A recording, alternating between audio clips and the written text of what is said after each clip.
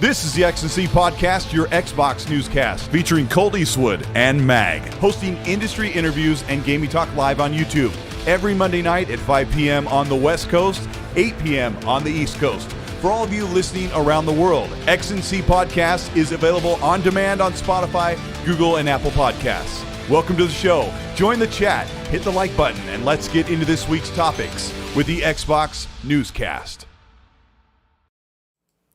Welcome to the X&C Podcast. I'm your host, Colteastwood. Actually, pre-recorded, I already said all that, but welcome to the show, everybody. I'm here with my brand new, it just feels so brand new, shiny, and that new car smell with Middle-Aged Game Guy. How you doing, buddy? Oh, I'm doing fantastic tonight, Colton. You know what? It's funny that your live voice sounds just like your pre-recorded voice. It's a miracle. It's unbelievable. Anyways, we got things to talk about. I'm not going to waste any time here. Chat, I know you guys are amazing. You guys are awesome. Let's go. Let's get into the show tonight. I'm sure we got some major things to talk about. Let's waste some time. We really appreciate you guys all here. Let's try something new tonight. Let's waste everybody's time. We're really excited to be here. News has been a little bit weird. Some of the big news broke like the day after Mag and I did the show. We'll cover some of that a little bit, but we'll kind of get rolling in with some nice smooth stuff before we get into all the big news, because I think today might actually be a day for all of us to vent and rant and laugh about everything and remind ourselves that it's just gaming. But we're gonna smash some faces, right, Mag? Yes, obviously we'll flash some faces, starting with the chat. I see what you wrote in there about the old Muppets, Mr. Ordinary VX. I saw exactly that. Let me tell you something. I saw that, by the way, Nano, that was absolutely amazing. If anybody hasn't checked it out, go on Twitter, check Colt's Twitter, check Nano, check mine. I retweeted it. You got to see the thing. It's actually hilarious. But, I could do the old Muppet thing, too, to be like, that show wasn't half bad. It wasn't half good either.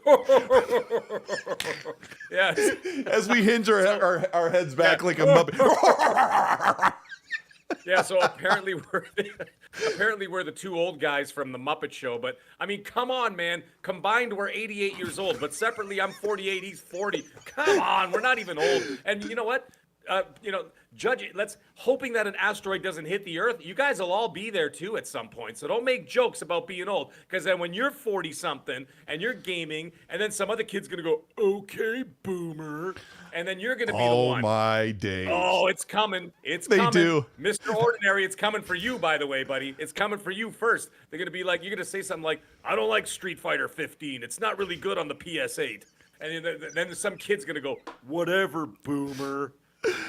Oh my gosh. The very first thing, Mag, as I saw, because I kind of rearranged the overlay and kind of cleaned it up a little bit. And I'm like, oh gosh, dang, I like what I did with the overlay. And I'm like, wait a minute. And the very first reaction was like, we're the old Muppets. But I immediately started laughing. Of course, it's Nano Polymeth, who's been a friend of the show for so long. And he's been around all the podcasts that I've been around. He's amazing. But seeing Mag and I as the old curmudgeons up in the balcony, it brings me back to the days. Totally brings me back, because that's what we do. Is we sit up in the balcony and we laugh at everyone, and everyone makes fun of us because we're super old. Yeah, but we're on episode 94. I can't believe it's already gone this quickly, and Mag's actually been here for 5 or 6 of those episodes. Believe it or not. Yes. Congrats, bro. That's amazing. Yeah. Yes, it's actually been amazing. I just raised my, as if I'm not loud enough, I just raised my volume a little bit because someone in the chat was okay, turn up Mag. So I turned up Mag. So good. If I sound better, do I sound better now?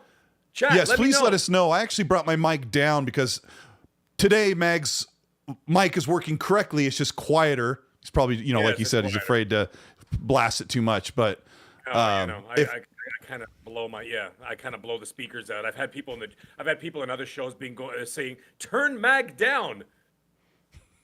Now they want me to turn you on. So that's gonna be a whole different show. That's a whole different show now, isn't it? Let's go. Output volume. My God, you guys are insane. You want me to go up higher? I'll go up even higher. How about that? Does that sound better? Actually, let me look at, while you're doing that, it's like, here, let us just do some audio. We're doing this pre-show. All right, go ahead and talk again, Mag. It sounded great pre-show. I don't know what the problem is. We're about even. I don't think, if they complain anymore, then... well, I'm going to have to bring a megaphone soon. It'd be one of those things where it'd be like... Let's go. welcome to the cold drink. Welcome to our XNC podcast. I'm like, I don't know how much louder I'm going to Hear ye. Yeah, like that. Well, they're still saying Mag is quiet. It could be a delay too. Yeah, it could be. Yeah, it is actually 30 seconds behind from when we're talking. Hargeet, mind your business. Oh yeah, there's Hargeet, Johnny. Okay, where was I? You got me all flustered. I was going to. I don't even know where I am. There we go. Let me give a shout out to the channel members and veterans. I added a couple people to the name list. So if I missed you, I'll have it next week, I promise. But shout out to Mark Carwell, KY Bob, Assassin, Lupa, Jazzy Noop, Ricky Fallon, Ranick Master, Jason Luan, Moby, Dean Sygrove, Matt Burns, William Lanza, Udonic Kazada, Nano Polymus, Suicide King, Robert Jackson, Large Star, Killer Dante, Moody Betabax, Dark CMF Gaz, Fox Storytelling, Reek Havoc, Fault Line, Center White, Devario 2, Remix, V Simcoe, Assassin Dub, Larry Thatcher, Hargeet, TK Chillin, Raiden Blade, Acute Perspective, True 77, Risk for the Biscuit, Micah Ford, Red Source, Dave UK, Quinn's Harmony, Attitude Deer, Pesky Krogan, Panda Bamboo, Trell Roberts, Scrub Nurse, Neil B, Boba Fett Gaming, Macbound Meat Puppet, Kung Fu Hot Dog, International Xbox, Alan Aldrete. So we did hear Assassin Lupa's doing great. We just haven't seen her in the podcast scene in a little while, but she's doing great. I'm so happy. And by the way, I'm so happy to hear that. You know, I don't know where she's been. Where's she been? I mean, I could guess, but I mean, like, you know, is she coming back to the community? Is she going to be part of the shows again? Is she going to be like, you know what I mean? What's going on with her? Or does she decide to take real scumbags? I mean, I don't know.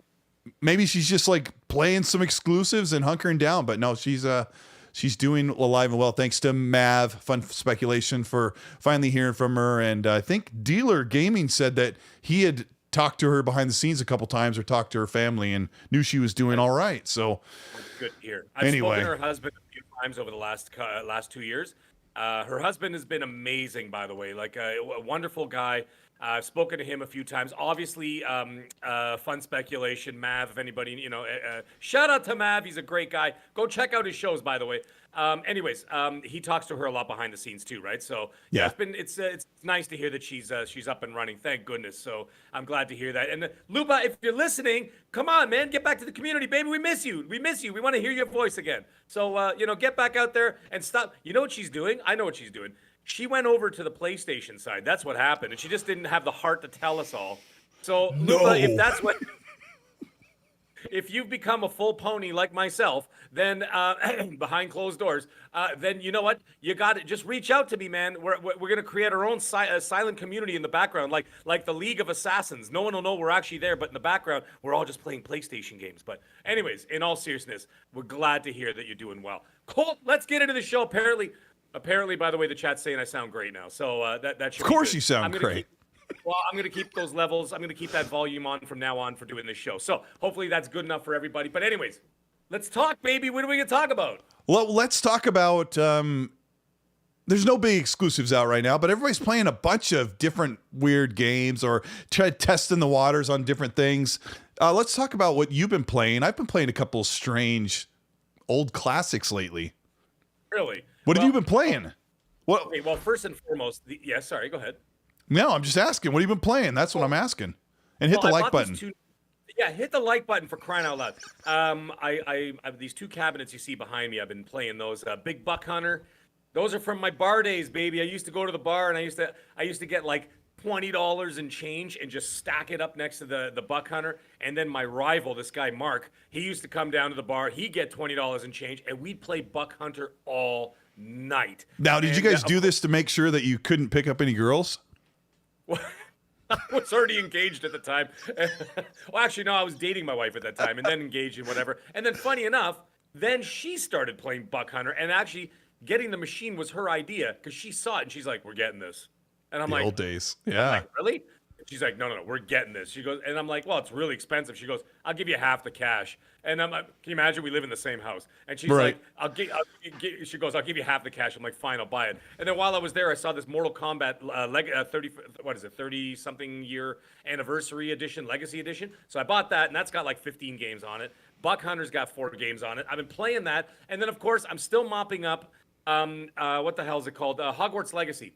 So I'm still in the open world. I got to tell you, there's nothing more fun. And this is why I like the last Assassin's Creed games and, of course, the open world games. I like mopping up maps with the volume down real low because you're not doing anything story wise or this whatever, right? You're just Yeah. mopping up little things. You're doing like, clearing out a hamlet here, doing this there, revelioing this over there and whatever else. And you're doing all this stuff. And then I listen to podcasts in the background of other people's shows.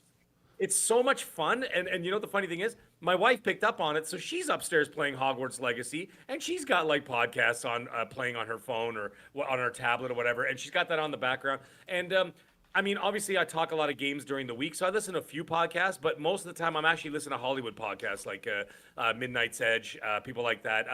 What the heck's that guy's called? Nerdrotic, people like that. I love those shows, so I listen to all the Hollywood stuff to keep my finger on the pulse of the Hollywood community. Plus, I have people who work for Warner Brothers, right? So I like to be in the know. So when I talk to them, I know what's going on. By the way, Colt, when I'm down there, unrelated to what I'm playing. While I'm down there at E3, I'm actually going to be going to Warner Brothers Studios behind the scenes for a full tour. And nice. Hopefully, yes. So hopefully I'll be bumping into some major people down there because they know major people. So why the heck can't you introduce me to them? So anyways, that's what's going on. So yeah, and if you happen to bump into the video game sector of Warner Brothers, ask them why they're making Suicide Squad, would you? Oh my God, can you imagine? I should ask James Gunn and be like, what are they doing? Anyways, so what I'm playing the cabinets, I'm mopping up Hogwarts Legacy, and I'm greatly looking forward to, in 3.5 days, I guess, or 4 days, Resident Evil 4, everybody. Do you guys see the reviews? They're coming in hot and heavy, and I'm really looking forward to it. I mean, I've already played it like 3 times or 4 times, over the years. However, to play the definitive version of this game with all those new side quests they got going on, I don't know if you saw that. But they added all these side quests and things. I'm jazzed for it. I saw IGN gave it a straight 10 out of 10. I think on Metacritic right now it's sitting at 93 or 94. So I mean that's pretty major. So that's a great start to that's a great start to this year. And then I'm going to dovetail right into Jedi Survivor. Anyways, enough of that. Jeez. What are you playing? Holy smokes. I wanted to talk about ExoPrimal, which is this, hey, it exists right now, a 4-player horde mode type game from Capcom that's launching day and date on Game Pass. It doesn't look like it's going to rip anybody's face off and, throw it down the end of the road, but it kind of looks like Anthem, kind of plays like Second Extinction because you shoot dinosaurs, but it looks really nice. It's a AA type of game. I wanted to ask the chat because you and I were talking behind the scenes. You had not loaded it up. I played a few sessions with Gaz on the Xbox, and it was all right. You basically have a mech suit just like Anthem, but while you're in a match, you can hit a button and change your mech suit from assault to melee to support to tank. You could change it at any time. Kind of dumb fun, like go to the objective, stand there, kill a bunch of dinosaurs. At one point you can control a T-Rex and you go around and thrash. I don't know how long it'll last, but chat, did you play ExoPrimal? Low Tier Gamer saying it's actually pretty fun. Was not expecting to like it. And I was not expecting it to look as nice as it does. So yeah, I was playing that. I saw the trailer for that. And was it one of the Xbox shows or one of the showcases? I'm pretty sure it was on there. No, it just kind of like materialized this week. Yeah. Maybe I'm mistaken. Maybe I'm thinking of something else. By the way, Trevor Langelo, I do watch Friday Night Tights. It's the best podcast. Besides this one, it's the best podcast on YouTube. But this one is the better one. Anyways, continue. Sorry, I had to answer that question. Sorry. No, that's good. That's good. Yeah, it just kind of existed. You may have got it mistaken with the Second Extinction, which is the first person dinosaur slaying game. I don't know. It's that game was terrible. Dealer and I played it in early access, and literally both of us fell asleep playing it. Like one night, it was like 11 o'clock, and I was like dozing off. And I go, bro, I'm sorry. This game's boring. He's like, bro, I fell asleep. I go, I did too. That's amazing. Let's shut it off and call it a night. So, what was the other game I was playing? So I dusted off the old Star Wars Battlefront 2, and I've been playing the 4-player 4v4 like horde mode with my kids. And I've always liked it, but they are really enjoying the game, playing as Yoda. playing as all the different eras of the game. So that's been pretty fun. And right now I didn't get into the Resident Evil demo. I didn't get into the Diablo demo. So let's talk about Diablo for just a moment. Sure. Going to be one of the biggest games of the year. Are you a Diablo fan? Well, the thing is, I am, but this one seems to be more. Now, this might be, controversial for some of the hardcore Diablo fans because I'm not really a hardcore Diablo fan. Like I was watching Oh No, It's Alex. I'm sure you know about that guy. Oh yeah. He was doing a video about his review, and I was watching his review or whatever. He was clearly a hardcore Diablo guy because he was going on and on about like the very specific terminology that was part of the Diablo world. I had no idea what he was talking about. He's like, the sepulcher of forgiveness. Yeah. It's like the Souls fans, this you don't know what the white pebble does? Ugh. And I'm like, no, I don't know what the white pebble does. Jeez. Anyways. The lore. Thank you, Pong. Yeah, thanks you. Yeah, the lore. But anyways, what I was saying is I don't like playing demos and I don't like playing betas. The reason why is I didn't play the Resident Evil 4 demo, for example, because what's the point? I'm going to play it. I want to play the finished product in a few weeks, right? I don't want to be teased. And of course, the few weeks is now this week. I don't want to be teased by it and whatever. If there's something I've never played before, then I might consider it and be like, you know what? I'm on the fence about this game. Let me give it a shot. And then that'll probably sway me whether I'm going to purchase it or not purchase it, right? Diablo, I'm going to purchase it anyway, because it's a Blizzard game. It's going to be a big game. They've been working on it for a long time. It's going to be a great game. But I don't want to play it for 2 days and then not touch it for 3 months or 2.5 months, 3 months. It's going to bother me. Yeah. You know what I'm saying? Like, I'm going to ask the chat. I'm going to do a poll here. Do you avoid demos and betas? Like, are you like Mag where you're like, oh, is this a trial or a demo or a beta? No, thanks. I avoid those. I'm asking the community right now on the chat. There it goes. So I dabble in demos and betas. One of the things that really bothers me about those betas and demos, Mag, is people are like, oh, they're going to fix it at launch. I'm like, the game's pretty much done. This is why they've released it. They want to stress test.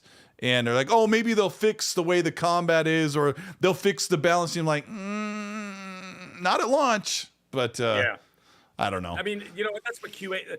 Listen, shout out to King David as well from the Iron Lords podcast. He says the same thing. He's like, you know what? I'm not a beta boy. Okay, I'm not here to test your game for you. Pay a QA tester to do it. Right. If I'm really excited about it, I might check it out. Like for example, in Mortal Kombat releases, they always release like one stage with 2 characters just so you can try out the combat. I'll dilly-dally with it for like half an hour just to see the graphics or whatever, or like the movement, just to see the upgrade. And I'll be like, all right, that's pretty dope. And I'll take it right off the hard drive, and I don't want to play it till launch because I want to play the final product. Right. You know what I mean? Hey, power to you. If you're in the betas, you're in the demos, go right ahead, man. Do what you got to do. Whatever makes you happy at the end of the day, that's all that matters. But for me, I want to wait till the game comes out, see the reviews, see what the community's saying. So far, what I've been seeing is that the community is really latching onto this. Like, I was talking to some of the guys out there. What's his name? Wilmy Hood. He put something out there. He's like, I haven't had this much fun with a beta ever. Like, he played it relentlessly for like 3 days. Jez Corden, I think he was obsessed with it. Yep. So like, there was some pretty big names out there saying some great stuff about it. So I'm like, great. When the game's ready, I'll be there. But in the meantime, like I said, still got Hogwarts Legacy I'm mopping up. We got Resident Evil 4. We've got Jedi Survivor. We've got Redfall. Yep. We've got, if you got Nintendo, Tears of the Sun, right? Yeah. I know, okay, we all know you went to go play Tears the of the Redfall Kingdom? demo. Yeah, sorry. What, did I say Tears of the Sun? Yeah, I think that's like Bruce a Willis movie. Or a Sting record, a Sting album or something like that. I don't know. Tears of the Sun was a Bruce Willis movie where he plays a mercenary in Africa. Wrong game. Anyway, that was a movie. Great movie, by the way. Really disturbing. Anyways, back to the subject at hand. Tears of the Kingdom. We've got, like I said, Redfall. We got all those games now. Dead I Island know, 2. Colt, you went out to LA. You went out to LA to go play Redfall. We all know it. You talked about it last week briefly. And that's different because you went out there for an event. You know what I'm saying? That's not something like I'm sitting at home. Like if they called me, which they never would. Can you imagine? Like Phil Spencer's definitely got me on mute. But anyways, in all seriousness, if they called me out to go play Redfall, of course I'd go. That's Yeah, wild yeah. because it's an event. You know what I mean? It's something you're going to. It's like E3. I'm going to be playing games that don't come out for another year. Right? We're going to be playing them at those little, those little stations where you line up for like, 19 and a half hours with no Oh water yeah. and just so you could play 35 seconds of Fable. So whatever, that kind of thing. We're going to do that when we're down there at E3. I get it because you're there for an event. But sitting at home, nah, I'll just wait till the game comes out. Anyways, I think there would be I would think there would be a beta, like an open beta or a pre-order beta for Redfall. So Wednesday morning I can put out my impressions video, and nice. I spent so much time on this. Oh my gosh. I cut up footage into over 170 parts, and the video's pretty lengthy, and I just turned on my mic and just started like explaining my experience. So I'm really looking forward to that, to share that out. Hold on, Cole. Yeah. Let me ask you a question. Yeah. Let me ask you a question. So they let you record footage? No, but what they did was provide us footage from all the stuff we played. Oh, I see. Yeah. Okay. I thought like your specific terminal that they had you in, you were able to record it. Because when you said you had recorded footage, I'm like, oh, so you were able to like bring it like put a DVR or whatever the heck it is, and then record your own. So they just gave you footage. Yeah, and I have to be careful about what I am allowed to say, but I chose one character to play as, and I was kind of stuck with that character throughout the whole playthrough, and the footage they provided was a different one. So it was really interesting. I can't say anymore. I'll save it for Wednesday. Save it for Wednesday, brother. So Go ahead. I don't know. I was gonna read this from Biff Rinaldi because he said, "Hey guys, I can't stick around this week. Have a great show, and I'll catch the replay."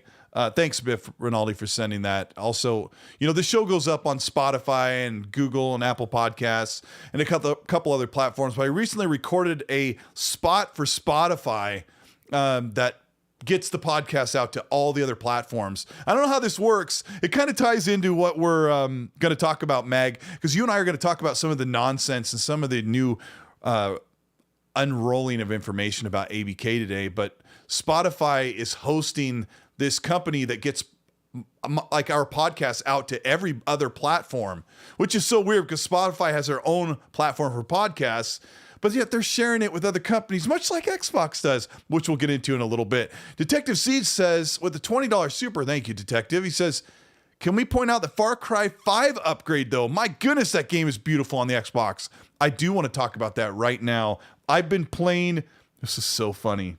If anybody follows me on, or has heard me talk about it here, or follows me on social, a couple of weeks ago, I was playing Far Cry 5, like out of the blue. I don't know why. I just I had this feeling like it's such a compelling world. It's kind of goofy, but it's very compelling, where this religious leader takes over this town and he's just so powerfully evil.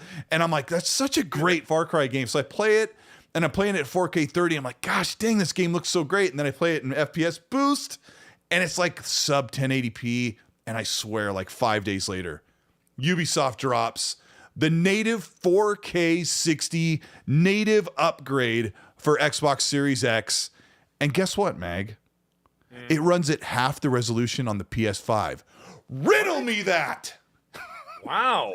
Wait a minute. So this next gen patch, or whatever you want to call it, next gen, 3 years old now. This current gen patch, was it only applicable to Xbox? It was applicable to Xbox Series X, S, and PS5. And Mag, I think the number is 44% more resolution on the Series X over the PS5. Okay, so riddle me this then. Oh, by the way, Kyle Coe, great observation. This is one last thing I was going to say. He said something in the chat about ID at Xbox has about 10 plus demos for a bunch of games out there. I fully condone that for different reasons, because what they're doing is you're spotlighting something that you would never see, right? A lot of these indie games, a lot of these hidden gems, you'll never be able to get to play them, or you don't know about them or don't see them. So it's great to actually get a spotlight on those things so that people go, huh, I never even knew this game existed. It's great. It's also $20. I'll buy it. And you're supporting, an indie developer, right? That's a great thing. That's a different thing. But like Diablo, that ain't no indie developer. We know what we're getting with Diablo. Right. So I don't need to. Sorry, back to the subject at hand. We need to actually bring that up again in a moment when we change subjects. So we're going to talk about the ABK thing. Sure. We're also going to talk about food analogies. We'll just leave it at that for now. And the Wrath of Khan. I love the Wrath of Khan, not the Star Trek movie, but some of the other stuff that Xbox is dealing with. And then we're going to talk about these new next gen consoles and where we think they're going. And then then my favorite, will get closer to the end of the show when we talk about why Bethesda games are going to come to PlayStation. It's going to be hilarious. But let's talk about the Far Cry 5 upgrade. It looks fantastic. So now you guys are gonna make me go download it right now. Like I want to. I mean, did you play it back in 2018? I put in 100+ hours into it because, well, for anybody who doesn't know, outside of obviously my actual career, I do some play testing for Ubisoft Toronto. So I'm based out of Toronto, right? So yeah, so I do play testing for them. There's games that I'm not allowed to talk about coming up soon in the next few years. Yeah, no kidding. Yeah, you think Redfall's hot? Wait till you see what I played. But anyways. That's besides the point. I got a splinter in my finger. So anyways, as I you son of a gun. It's very important that you use tweezers to get that out. And if you want to talk to me after the show, I can help you with that splinter that you've got. Oh, yes, of course. Yeah. And of course, we ain't talking Ninja Turtles. Anyhow, in all seriousness, I'm excited to, you know what? I've got to download it now. Now, I put in 100+ hours in that game because I play it with my wife.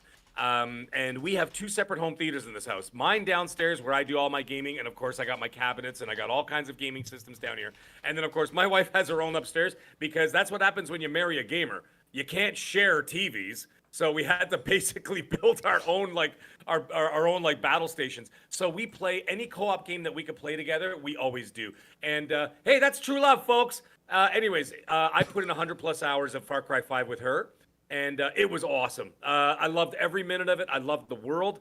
The villain, I've got to say, he's got to be one of the best villains out there. He's got to be one of the best out there. He was so intense and so creepy and so amazing. And way too, brother. Way too real. Way too real.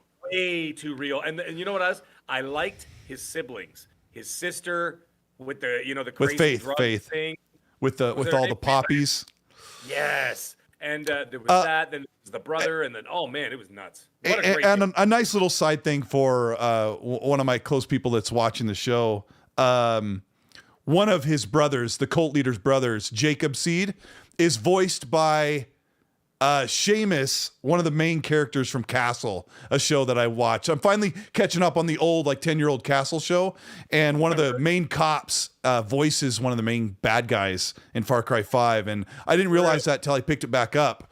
And I saw his credits on there. I'm like, I can't wait, because you go to a whole section just to deal with him for several hours, and so I can't wait to hear his voice in video games. I love that crossover stuff. Far Cry 5 looks fantastic, but we are, as Xbox fans, we're dealing with a really difficult situation where everyone is talking about how the PlayStation is really starting to outperform the Series X in a lot of games, or the frame rate has an advantage, but the resolution is the same. We're starting to learn from Digital Foundry, Mag, that a lot of these games where PlayStation has the upper hand, they really do have a lower resolution than the Series X. But Digital Foundry has not always been disclosing that, for 2 reasons. One is resolution will start to become less consequential as we start using DirectML and Fidelity Super Resolution, where they're going to stop counting pixels.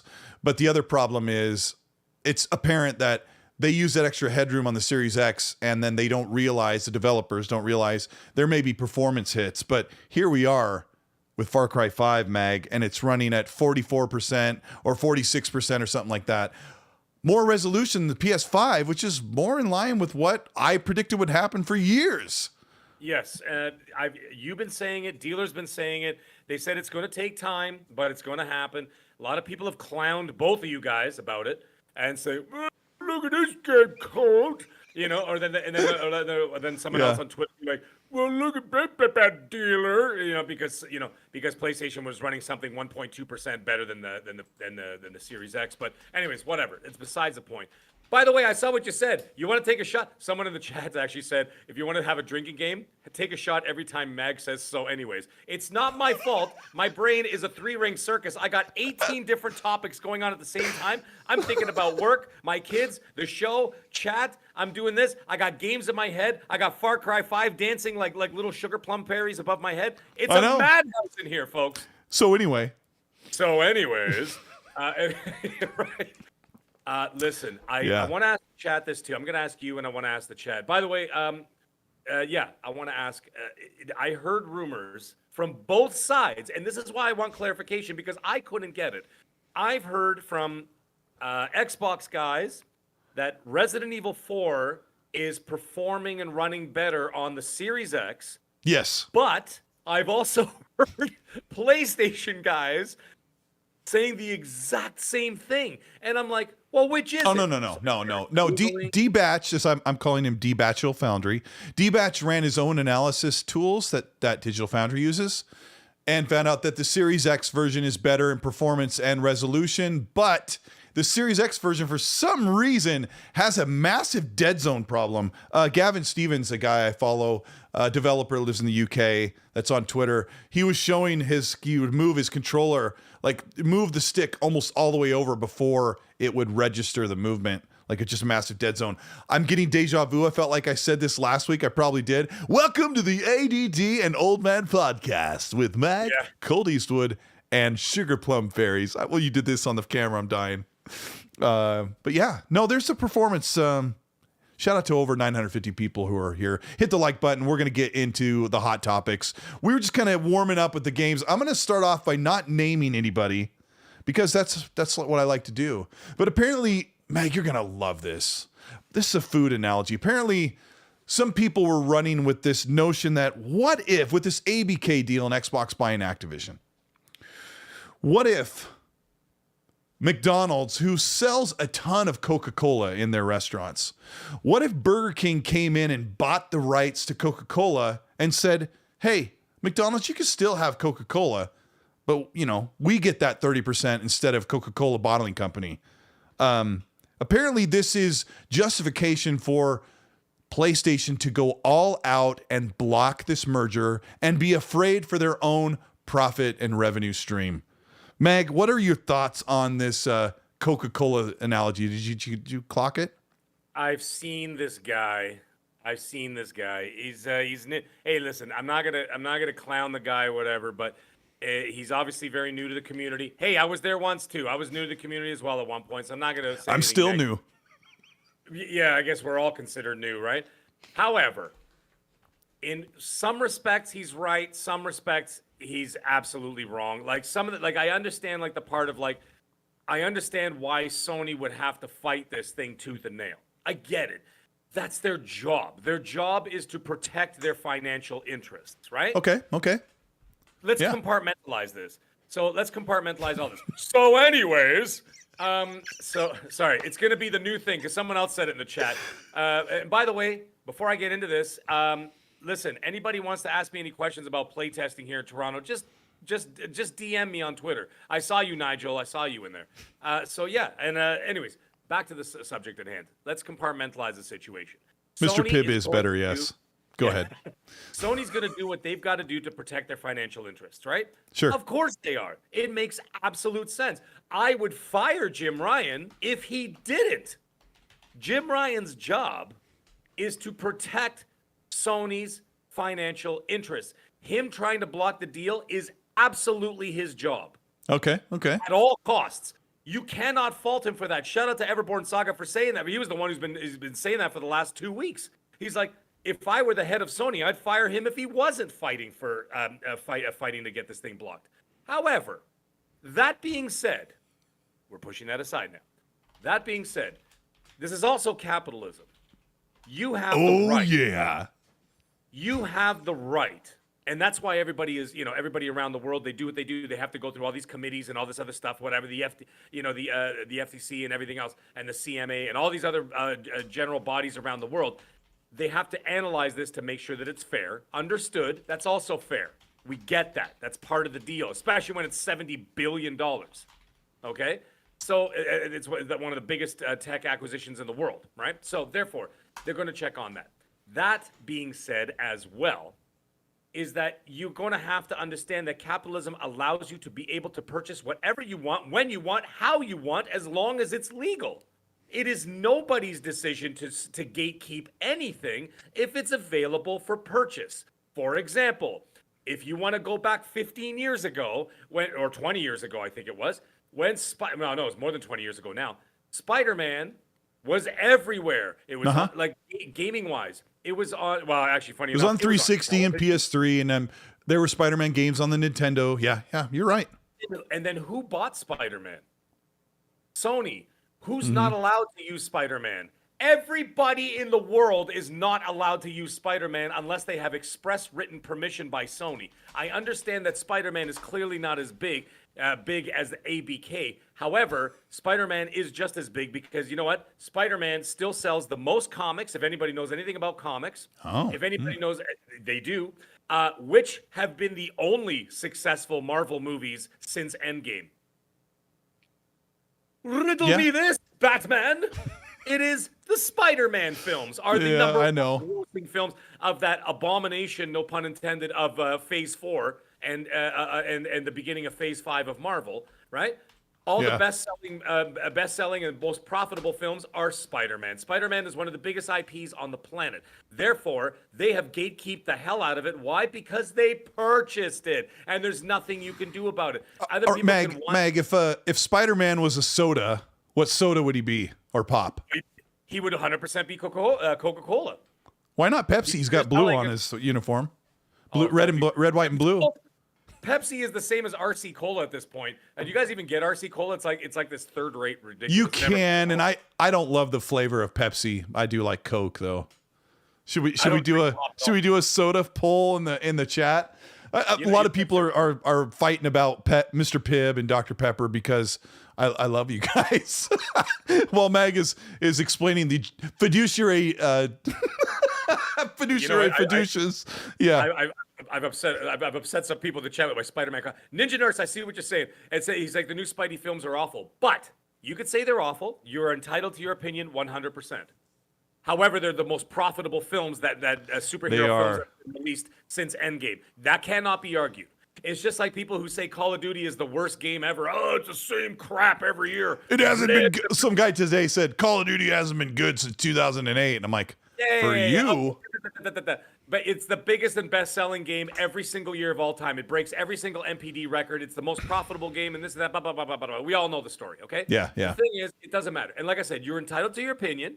Obviously, if you don't like it, that's fine. I'm never gonna say you're wrong. That's not how the world works in the real world. Anyway. So you agree with this person that PlayStation has every right to fight to block this deal? Right to fight it, but they have no grounds. They have the right to fight it based on what I'm saying is they have the right to fight it on principle because they're fighting for like I said, the welfare of their company, which makes a ton of money off of Call of Duty, for example, right? So I understand that, but they have no grounds for it legally, so they're going to lose, and there's no point in crying about it.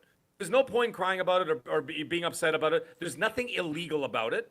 So therefore, what's the problem here? You know what I'm saying? There's no point trying to, this is the same as McDonald's with Coca-Cola and Burger King and it's just it's just semantics, okay? It's semantics and people just drawing straws.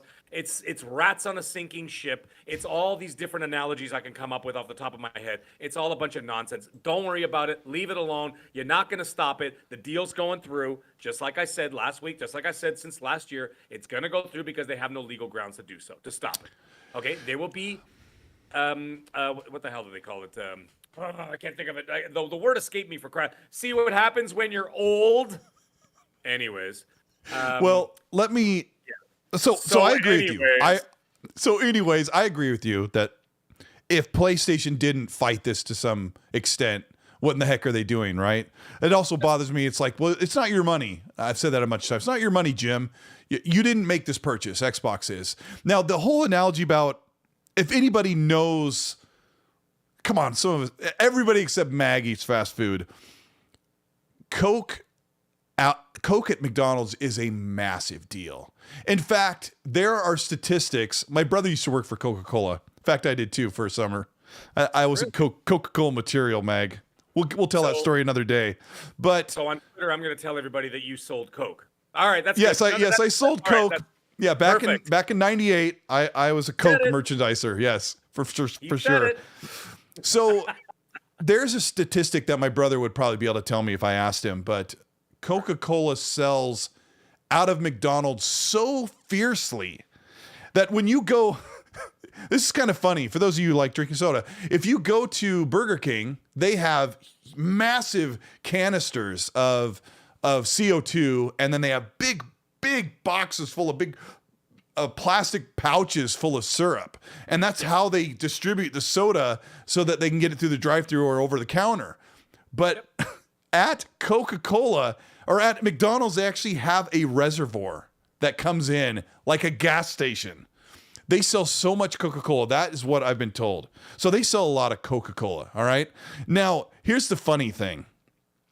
Here's the funny thing about this whole argument about PlayStation being worried about losing Call of Duty. I don't think it's about losing access to Call of Duty, because I think Xbox really means it. For the next 10 years, they're going to sign a deal with them. Now, one thing they will miss, as we've kind of beaten this into the ground, but they will miss those exclusivity deals, which make them even more money. I think the real problem, because, the PlayStation fans, Mag, they're not worried about the bottom line. They're not worried about the financial this or that and the profit margin. I think what it really comes down to, and clip this if you want, because this is a revelation from the heavens. The real problem with Xbox owning Call of Duty is that 30% profit on PlayStation no longer goes to Activision. It will go to Xbox. And that's what burns their aft bathing suit area so much. It bothers them so much that money will no longer go to the big Activision machine. It's actually going to Microsoft and Xbox. And I think that's the biggest problem. Before I close this statement, I said PlayStation stands to miss about 3% of their yearly revenue related to Call of Duty under the ownership of Xbox for the next 10 years. All Call of Duty fans will never be locked out of access or expanded content from now on if they choose to play the game thanks to Xbox. Because, Meg, there'll no longer be exclusive map packs on PlayStation that are hidden away from PC gamers, hidden away from Xbox gamers. Now the game will be on Nintendo platforms. And Phil Spencer's already said we are not going to lock away exclusive content. And when he said that, he was specifically talking about, because this is a 4-year-old comment that people have used against Phil when they come up with a game that's exclusive. I'm rambling, I'm sorry, but this is important. Phil has made it their referendum to keep all of their games multi-platform and all access to everybody. So Xbox will no longer have exclusive map packs, exclusive expanded content only on the Xbox or PC and hidden away from PlayStation. Because of Xbox buying Activision, those games will be available in parity to everyone. And Jim Ryan is trying to stop it. Your thoughts, Mag? Well, you're absolutely right, 100%. Well said, by the way. Chat, you know what? Give the man a hand, okay? The guy's saying it right. Did I say 30? I meant 3%. I'm going to write it in the chat. Sorry, go ahead, Mag. No. You were talking about the 30% that was going to Activision. I think that's what Punty was talking about. Yes. I think it is. When before I give you the mic, right? When I'm so sorry. I hate to talk over you. I really truly hate it. In fact, I'll stop here in a second. I think when PlayStation makes sales off of Call of Duty, 30% of that is either held back or goes back to Activision. That's right. Industry standard. So go ahead. So what's happened? Well, actually, I think isn't it 30% goes to PlayStation and the 70% goes to the publisher? That's why it didn't sound right. Yeah. Okay. So now what happens is 70% is going to the Xbox Game Studio. Sorry. Yeah, I got that backwards. See what I'm saying? So Yes. the funny thing is, the irony is, and this is what I think of, this is what makes me laugh. This is what I was talking about on Boom Show last week, and we laughed about it. Shout out to Mr. Boomstick XL, by the way. Great man in this community. Anyways, here's the thing. We were laughing about it because what Jim was fighting about is he was fighting to he was saying that the profit that they get from Call of Duty was going to go and help fund their first party exclusives because they cost so much money, right? And I get that. If you look at some of their games, they're costing $150-200 million to put some of these games together. Your God of War, I'm talking your big ones, like your God of Wars, you know, your Last of Us and whatever else, blah blah, right? So the funny thing is that 70% is now going to Xbox, and that's going to fund their first party exclusives. So the thing that the thing that Jim was complaining about is going to happen on the opposite side of the fence. So now every Call of Duty title that sells on the PlayStation, 70% of those profits are going into the R&D of the Xbox game studios for them to fund their first party titles. And that's why it's so important, because now Microsoft is going to be the publisher, right? So all that money is going to go back into their coffers, and then that's where they can utilize that money. You know, they make $500 million or whatever it is from Call of Duty. Guess what? That $500 million, okay, $500 million can fund 2 massive AAA games at $250 million apiece, right? So yeah, Abadel said PlayStation funding Perfect Dark. Well, yeah, basically that's what's happening. And so the funny thing is that PlayStation, you know what? Why play the game when you could buy the field? You know, you could buy the stadium, buy the team. You know what I mean? And just have them do it for you. You have literally created a money printing enterprise. That's what this is. It's going to be self-funding. So when it's being outsourced to all these different people, Nintendo, PC, PlayStation, all the profits from there going back into Xbox, or going back to Microsoft. Let's be realistic here. It's going back into Microsoft or into Xbox Game Studios. It is literally funding all their products going forward. So everything else they're doing is gravy. That is right. And I would assume that whatever money they make off of Bethesda and Activision and Blizzard are added to the equation, right? So they self-publish, but that money probably sticks within the overall system of Microsoft gaming at Xbox, right? So it's not a stretch to say that some of the money that they make from Call of Duty, a portion goes over to next-gen consoles or mid-gen console releases, which we'll talk about in a little bit. Some of the money goes over to Xbox Studios, like you said, Mag, but most of it's going to go back into the Call of Duty machine from Call of Duty. And I'm sure that's what the expectation is as Activision starts working for Xbox, that they'll continue to keep that money that comes back in as they make a successful product, and they can reinvest that into the next big Call of Duty game. But that's what I'm saying. But you can funnel some of that money out into the other games. I want to address two people in the chat here. Little Devil, we were saying, why don't they just spend $70 billion on making 70 quadruple A titled games or whatever? The thing with that is that is a short-term fix. That could be something that you could spend over the next 10, 15 years or whatever. Why don't they spend what? What was it? No, like I said, why spend the money? Why spend $70 billion buying them when you could just spend $70 billion making like a bunch of different massive exclusives for Xbox? The thing is, that's a short-term fix. And by even 10, 15, 20 years is considered short-term. Microsoft is thinking half a century to a century from now. I know it sounds crazy, but they think like 10, they think like 5 decades from now. It's one of the reasons why we had such a crappy 2022. And I hate it. I hate that they do this, but I can bet you anything that Phil Spencer sat back and goes, "Oh man, our 2022 just got railroaded." But we're thinking we're thinking the next 5 years. We'll just have to get over this bump, which I hate, because you and I both know that they should have cracked the wallet and remedied 2022, and they didn't. But the Activision Blizzard thing, like you're saying, Meg, it's not about exclusive content or bolstering up Game Pass. It's actually more getting into the mobile space, which we'll talk about in a minute, but it's about creating just a flow of revenue that funds Game Pass, funds the consoles, funds the studios, funds cloud and everything.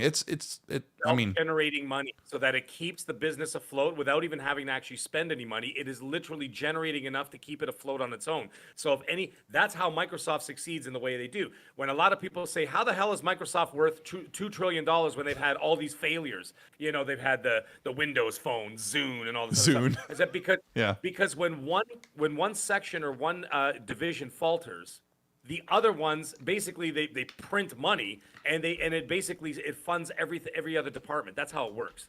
That, you know what I mean? Like, I understand it's not like a big pot. They don't just pour everything in a pot. But what it does is that they support each different division. Otherwise, if Xbox was on its own and it was small enough as Sony, the Xbox One generation might have sunk the console. It almost did. The fact that it's attached to a $2 trillion company is the reason why it's not sunk.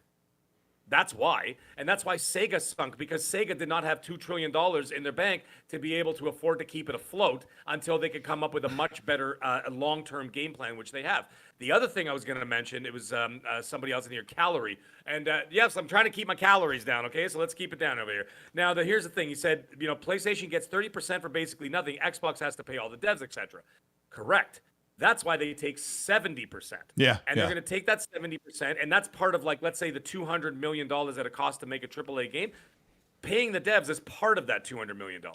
It's not like it's costing them $200 million and then they got to pay people. That's all part of you know what I mean? That's all part of the budget. It's like Hollywood. I mean, let's face it. They're also liars. Okay, when it comes to big corporation, these guys are all liars and whatever. They fudge all the numbers anyway to line their pockets. That's what they do in Hollywood. That's what they do in the tech world. It's the same thing. So when they say there's a $200 million budget, there's a lot of buffers in there that we don't know about, and they fudge a lot of those numbers. But that's fine. Everybody's getting paid and everybody's being taken care of. Yeah, right? I mean, just think about so 70%. Yeah, and just. Shout out to 1,200 people here watching the show. Thank you so much for your support. Hit the like button if you think Mag is super, super handsome. We're gonna fold into this ABK thing with some more factoids. Xbox Game Pass is at around 30 million, and you have to ask yourself, just Game Pass alone as an island makes some $3 billion per year if at this point most people are paying the regular price for Game Pass instead of the dollar, right? So if it's making close to $3 billion a year, you have to ask yourself, what does it cost to run 20 studios while they all are being funded to make games? Is it $3 billion? Are they breaking even? I mean, Phil's already said they're actually making money. It's actually profitable, not just in revenue. So that's their business, Colt. I'm not gonna rip my. Well, I don't have any hair. I was about to say I'm not gonna rip out my arm hair, trying to figure out if they're making money or not. That's not my business. That's Phil's job. Only in this community, in this industry of being gaming fans, will you have one certain sect of the gaming fans that will celebrate spending more money. It absolutely boggles my mind. Consumers, do I care if for example, do I care? Like I got a Tesla. Okay, do I care if Tesla made money this year? I don't care. What does that make a difference to my life? What makes a difference to my life is my personal experience with that vehicle and that car, right? Yeah. Obviously, it'd be a big problem if the company went under and then no one could repair it when I needed to repair. I get that. You want these companies to stay afloat, but I'm not sitting there and like talking semantics for 4 hours a week on YouTube, on Twitter Spaces and on YouTube, talking, Twitter Spaces talking about how much profit they're making. I don't care what Elon Musk is making, but if he makes a product that I like, I'm going to purchase it because I'm a consumer. You and I, we're not, well, I mean, we're kind of gods, but I mean, we're not like, we're just, yeah, I know, right? We're just regular people. We're gamers. We're gamers who, when we're done the show, I sit down and play video games. Come on, man. Or like, why would you want Xbox to shut down? I mean, I really feel like there are people who are waiting for this deal to get blocked. They want Xbox to say, you know what? We tried. We can't do it. We're leaving the gaming business. This console's it. We're done. And then PlayStation would just go, it's nice over here. Let's raise prices even more. Let me read this couple supers here from Duran TJ with the $5 super. Says, hi, Cole. I'm Mag. I've been waiting all day to listen to you guys. Everyone, please hit the like button. Do as Duran TJ says. I've been waiting all day to do the show. You know, sometimes on Monday I wake up and I'm like, I got to get the show ready, and I'll sit down like 7 hours ahead. And I'm like, okay, I got to put together a thumbnail, and I hope you guys enjoy the show. Udona Kizada, who's been a channel member and an amazing mod for 38 months, says, all this talk about Series S holding back to Series X, but the Nintendo Switch is holding back the whatever the next Nintendo thing is. And Udoni's right. Did you hear the head of Nintendo, Mag, said that there's still a few more years left in the Nintendo Switch? There will be, but it's not going to stop them from releasing a new console in 2024. Agreed. So when are we seeing the new Nintendo Switch, according to your inside sources that you're making up right now? No, but I'm not at liberty to talk about that stuff. However, 2024, keep your eyes peeled for later on this year. In 2024, something's going to happen. So we'll see. As long as everything is on schedule, that's what's going to happen. But that doesn't mean that. You see, that's just corporate speak. By the way, Joe Dunmore is in the chat. That's you know what? Joe Dunmore was watching my shows back in when I was doing the shows with Noof. We had like 60 people in the chat, and there was Joe Dunmore every single week. So I would always shout him out every week just like that. And you know what? It's going to continue here. Joe, you got a bigger audience now, buddy. So you're going to get that. The doctor, I see you in there too, buddy. Anyways, listen, that's corporate speak. They're just saying things like that because you know why? Come on, Colt. Let's face it. They want people to keep buying the Switch. Absolutely. Yeah, if you say, hey man, the Nintendo Switch is just, it's too long in the tooth. We're about to can it. Like, they're never going to say that. They want you to buy a Switch up until the day before the new console comes out. I mean, how many are like en route on a ship and then on trucks and in shipping yards, ready to even go to a store to go on a shelf? Like, this is, that's how the PS3 outsold the 360. Yes. Because they just kept shipping them. They just kept shipping them. Yeah, and PlayStation didn't win that. PlayStation didn't win that one. Well, they lost the mind share that generation. They absolutely did, yeah. They lost but in the end, they outsold. But they also outsold that final year, Mag, because the Xbox One launch or the Xbox One reveal in May. You know, they had 6 months to launch whatever it was of Xbox One and PS4. People were so anti-Xbox that they were still buying PS3s in excitement for PS4. And I don't blame him. Danny Passion, official, with a $2 super, says, a bit late, but I'm here. Starting a 6-hour plus drive. Bro, where are you going? I would be sleeping right in the guardrail. Can't do it, man. I can't drive more than 2 hours. Like Niagara Falls is only 2 hours from me. That's where that's where I hang out with Noof Nukem once a year, twice a year when he comes to Niagara Falls for a convention. And we hook up over there. Not that kind of hookup. Relax, everybody. We hook up to hang out. Wasn't going to say. Bowling, and we do fun things, and we go to haunted houses. It's a lot of fun. Anyways, it's 2 hours. That's my max, dude. I can't drive more than 2 hours. Even though New York is only like 8 hours for me drive. I was like, just come down. Dude, I'll fly there for 45 minutes, okay? Like, I ain't driving 2 hours. But anyway, we go on a road trip, and I get all comfy in the front seat. My wife drives, and I'm like immediately. You can sleep with your wife driving? I'm like this when my wife's driving. And I'm she's an amazing driver. She's an amazing. Last time we went on a long road trip, I had the Logitech xCloud, and I was playing MLB The Show on the highway on I-5 with 5G network. It's incredible. Look at Tony D in the chat's writing about the Xbox One launch disaster. Hey, just a little tidbit for those who may not have heard the story. It goes like this in 3 seconds. I saw that reveal. I told all my friends we're not going Xbox this gen. And that was me. And then Titanfall changed everything. I'm like, I'm not getting a PlayStation. Titanfall looks awesome. So we got KY Bob.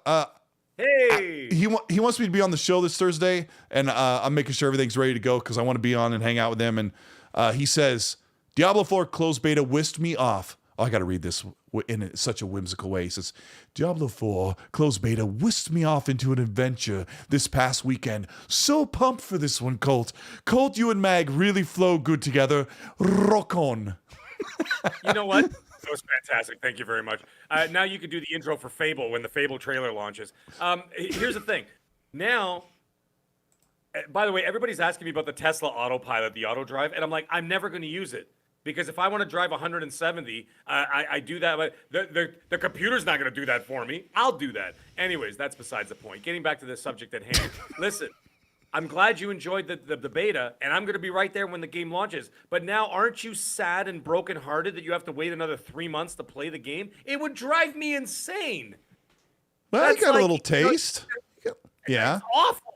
It's like when you have like a girlfriend in the Middle Ages and you're about to go to war. You're like, give me a kiss and a lock of your hair, and then she gives you a kiss, and then you don't see her for 3 years. And she gives you a lock of her mustache.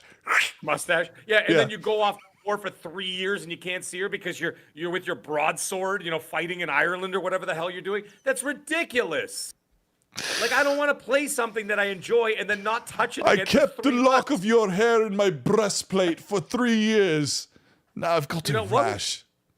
I would literally have to cut a finger off because I have no hair on my body. I mean, other than my face. Like, that's it. Like, I know. I saw earlier. My hair, I would just have to like chop off a pinky, like a yakuza. Just chop off the pinky. But here, take that to war. Enjoy. Put it around your neck. Tell your friends. Anyways, hey, carry on, Cole. Speaking of chopping off fingers, I remember. This is such an aside, right? I remember when I was like 20 hours into Assassin's Creed 1, the first game in 07, and I noticed while I was climbing, I looked close on a 1080p 50-inch Vizio. I look and I go, he's missing his ring finger. I'm like, holy crap. And then it comes into the story and I'm like, where are those moments in gaming? Where are those? Let's shift gears. Eternal Shaddai with the $20 super says, good evening, Colton. Oh, good evening, Colton Mag. Since the ABK Microsoft is taking so long, Mag, how will you interpret Sony's complaints to Microsoft in Animal Crossing language? Great podcast. Which natural flavor lemon soda will you pick up? He asks, is it 7-Up or Sprite? All right, 2 questions. How will you interpret Sony's complaints in Animal Crossing language? Okay, listen, this is my thing. I hate. I've complained about it before. I've complained about it again. I thought, Mr. Boomstick XI. I know he plays Animal Crossing, and it drives me insane. I'm like, dude, it's 2022. Why can't Nintendo games have voises? Why do I have to sit there and listen to this? Have you listened to Animal Crossing? Like, you sit there watching the game. I'm like, all right, let me see what the hype's all about. Because, remember people were lined up during the pandemic, and they're like, I don't care if I die. I'm getting. It's an amazing game. People love it. But what's the voice sound like? And then I turn on YouTube. I'm like, let me see what this hype is all about. And then I see these ridiculous characters that look like Japanese people that were put inside like those suits where you walk, like in Tokyo. The inflatable suits. Yeah. Yeah. You see them dancing in the streets in the suits, like the anime suits. And then and then I'm like, okay, this is already ridiculous. And then all of a sudden they start talking and they go like this. And I'm like, can't you speak? It's the highest selling game in 2022 or 2021 or whatever it was. You see that's the scam. They can't even pay a voice actor. I could have done all the voices for Animal Crossing for like $50. They probably paid a guy a case of beer and $50 and like, listen, can you do these stupid sounds for like 30 minutes? And be like, yeah, dude, whatever, man. And then probably drank half the case of beer and sat there and go, beep, beep, beep, beep, beep, beep. That's not a game. That's ridiculous. It's like the 16-bit era thing, like that hasn't evolved past it, but that game is one of the most popular games out. 16-bit games still had voices. Don't you remember Altered Beast? Power up. They still had voices? Yeah, but then there's like, you're out. Yeah, like the old Intellivision baseball game. Dub, who's been a channel member for 20 months. We'll get through this show, I promise. He says, hey, Colt Mag, thanks for making Monday less boring at the office. Can't wait for those Redfall impressions this Wednesday. Yeah, I can't wait. I've got it all rendered. It's all uploaded. It's been uploaded for like 5 days. It's sitting there with the little like a lockdown thing. And oh, gosh, I can't wait. So welcome to the channel membership. THFC Till I Die has the Joanna Dark thing. Let's move on and talk about this new information that 9 out of 10 or 7 out of 8 or whatever it was, gaming companies and a couple of big AAA ones, possibly we think is Take-Two, Mag, was one that spoke up about Xbox that they approve of this deal. Did you get into the news of these studios and publishers stood up and said, what are we doing? Let them have it. Let's get into competition. Listen, this is a testament to what, like I said, this is a litmus test, not a testament. It's a litmus test of what's going on in the community. People are not only for it, first of all, it doesn't affect them. Okay, so they're like, well, what the hell's the difference? It affects. I understand how it affects Sony. I get that. and we talked about that already. I'm not going to get into that again. But the fact that they're getting support from all these other publishers and studios and developers. The other thing is, and this is something that's not talked about enough, we can't forget, okay, just a few short years ago, guys, gals, do you remember the toxic environment that was at Activision Blizzard, the firings, the sexual abuse, the verbal abuse, the physical abuse, all these different things that happened over there, that the toxic workforce and blah, blah, blah, blah, blah. All right, we all know the story. All right, we saw the stories. We did podcasts about them. We already talked about all this stuff. We already know it. But they also talked, and you know, Phil talked about it. Some other people talked about it. They talked about, if you guys want to unionize, go right ahead. If that's what's going to make your work environment better, we're 100% behind it. So not only is it beneficial for, obviously, Microsoft in the end when it comes to making money, because let's face it, Microsoft, they're not philanthropists, okay? It's not Bruce Wayne. These guys are here to make money at the end of the day. They just laid off 10,000 people, for crying out loud. Yeah. You know what I'm saying? So they're there to make money. Let's not lie to ourselves as to what they're doing. But at the same time, if you are working there and you are making them money, which is what they want you to do, they're going to make your experience as smooth and comfortable as possible. And they're opening the doors to that. The other developers see this, and they're going to want to go work there when they find out it's this. Okay, hey, listen, I'm not going to lie to you. It's still work. You know what I mean? Like the people that work for me, it still work. Like people work for me, okay? I'm the senior executive for a corporation. Okay, I got a lot of people working for me. All right, but the thing is, I make that experience extremely comfortable for a lot of people. I'm like, listen, I'll tell you right now, and I'm not blowing smoke. Okay, this is going to be the best job you're ever going to have. It's going to be the best work environment you're ever going to have. Can I work for you? I'm going to be the best work for me, and I'm going to be the best boss you're ever going to have. And you know what the funny thing is? 6 months later, they all say, you were right. And I said, but there's work involved. You do have to produce. It's not just come over here and drink lattes all day. You got to do stuff. You got to work. But I will make it the best work environment. This is what Microsoft is trying to do. This is what Microsoft is going to do. And that's why it's going to get better and better. And that's why more people are going to migrate to their facilities. People are going to migrate to their studios, to their publishers, and it's going to continue on from there. And that's why these other publishers are looking at saying, hey, man, let them do what they want. They're doing it, not do what they want, but you know what I'm saying? Let them go ahead and do it. It's good for the consumers. It's good for the gamers. And you know what the thing is? I bet you companies like Take-Two are looking at the situation going, how can we get a piece of this pie? Because you know what they're going to do? They're going to look at some of their mobile, like maybe they'll have a couple divisions working on mobile games and things like that. And if Microsoft or smaller conventional games. Yeah. Okay, because you know what's coming up on the horizon. Brad Sams talked about it today. I don't know if you saw that. I did. He's saying, watch out. See that? He said, watch out for March 2024. It said that there's a rumor out there, a word out there, that Microsoft's going to be launching a mobile app that's going to rival Apple. That's big, folks. That's scary. That's a big challenge. Now that's a big challenge, but maybe this is what this was all. First of all, this is what this is all about to begin with. Call of Duty is just what happens to be in the crosshairs, no pun intended. But that is only what they're talking about. What Microsoft's sights are set on is the mobile. They don't care about Call of Duty. In 5 years from now, Call of Duty could be useless. Okay, the game could be obsolete. I mean, they do care about Call of Duty. It is one of the biggest games. But when people say, you know, they're going to take the game away from where it sells the most on PlayStation, I'm like, the conventional sales for Call of Duty might sell more on PlayStation, but there are 210 million people playing Warzone on mobile alone. I'll say it again. On mobile alone, there are more people playing Call of Duty Warzone on a phone than exist a PS4 and PS5 customer.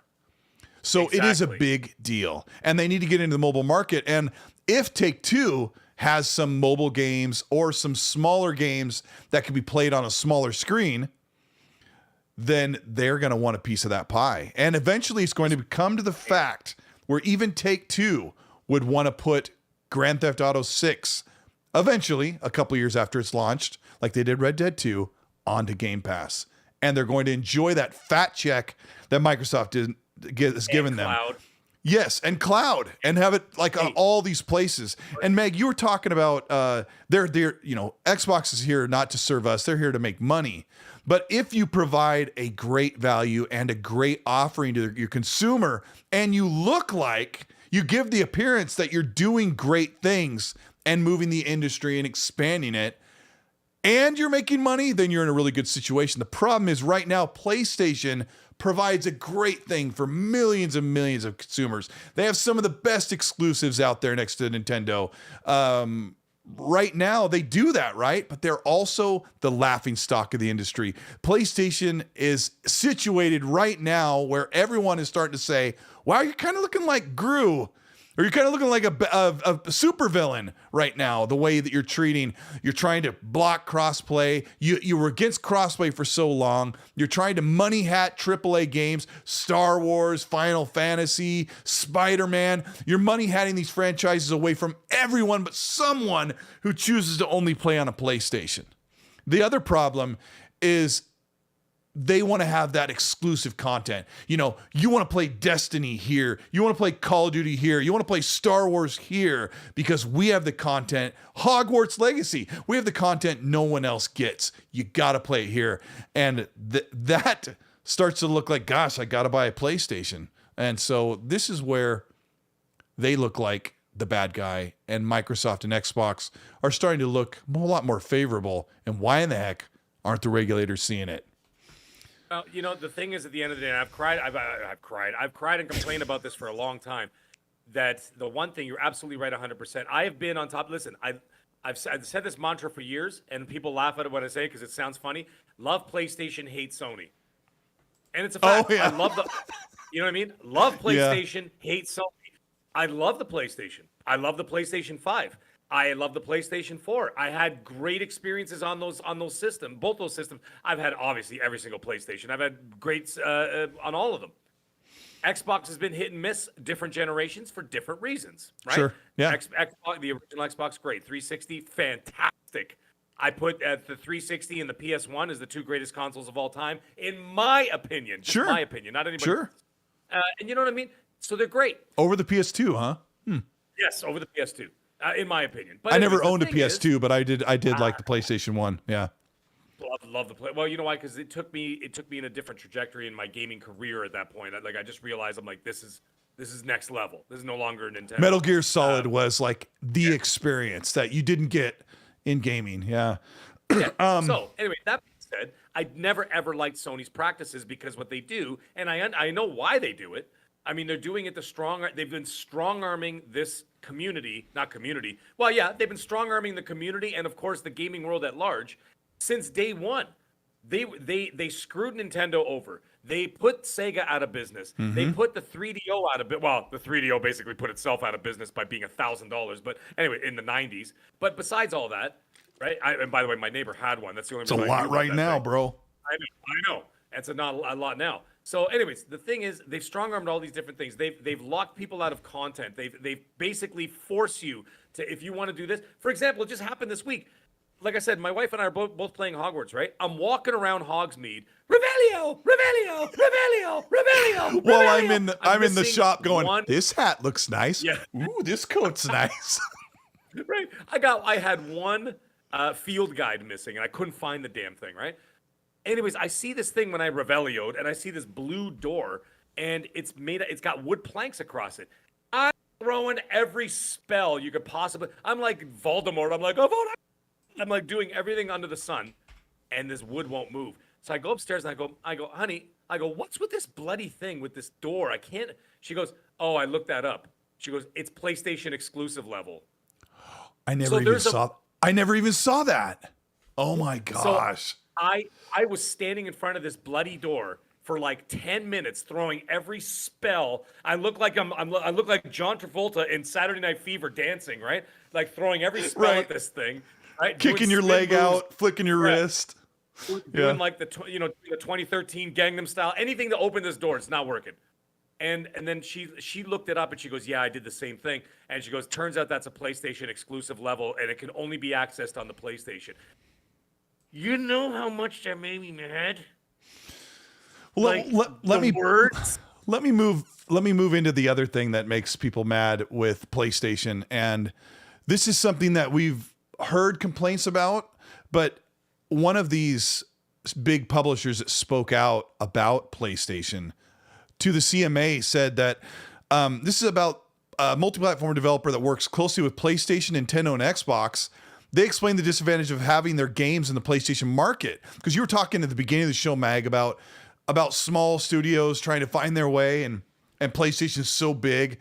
They said, and I'll read the quote, "On PlayStation, we found our sales growing stagnant with each release." Okay, pay attention, because this is like really, really telling.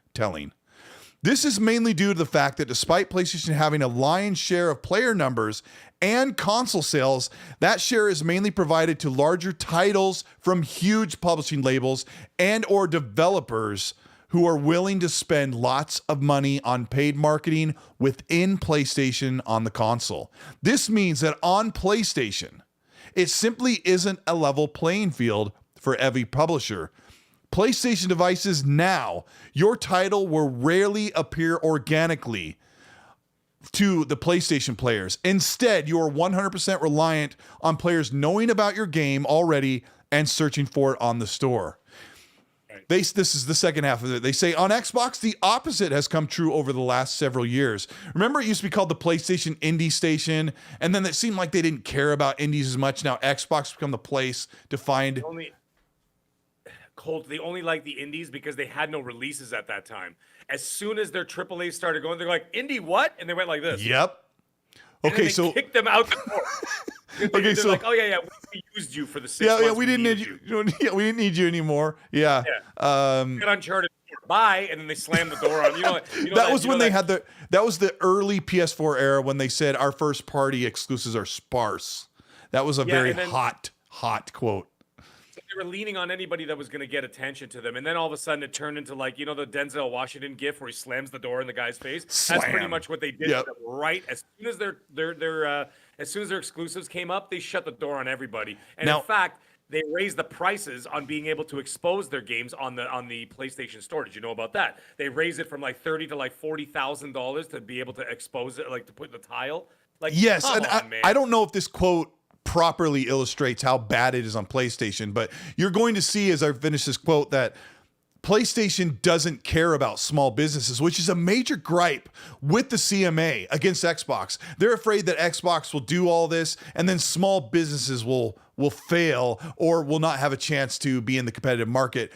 The complete opposite is what is happening. So here's the rest of the quote. There are numerous means of players finding your game on Xbox, including special sections on the store and through the Xbox Game Pass service. As a result, this is such a bomb right here. They say, as a result, we found that despite Xbox having smaller player numbers and smaller console sales than PlayStation, our games sell just as well since we find players find our games on there. We usually find that the revenue we make now from our new games is more on Xbox than PlayStation due to this fact, again, despite Xbox being a smaller platform in many ways.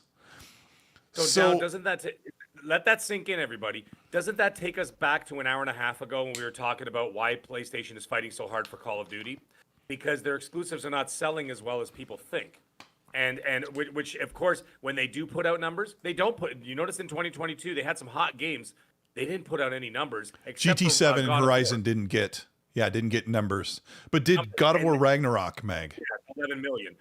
But they also bundled remember the only time you can get a PlayStation 5 was bundled with God of War Ragnarok. So anytime that they released any the PlayStation 5s that just by themselves, they pulled them out of circulation, and the only ones you could buy were the ones bundled with God of War. So basically I could say that at least 3 to 4 million of those were forced purchases.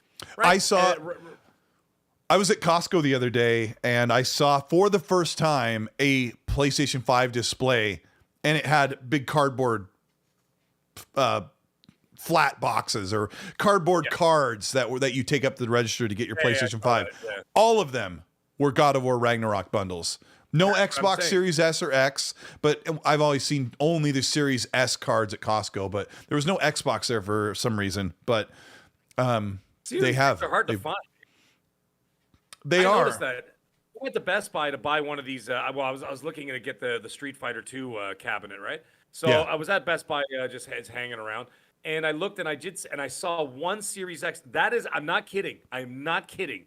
That is the first Series X I have seen on a shelf since the launch of the system. I've still never seen one in 2-3 years. Seen Series S's.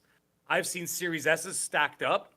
Like, no problem. You can go into any store now here. I'm outside of the city of Toronto now, so I live in a smaller town outside of it. But all the GameStops around me, they got Series S's stacked up to the ceiling. No problem. You can go in and buy them. PS5s, you can grab. Guess which ones they are, Colt?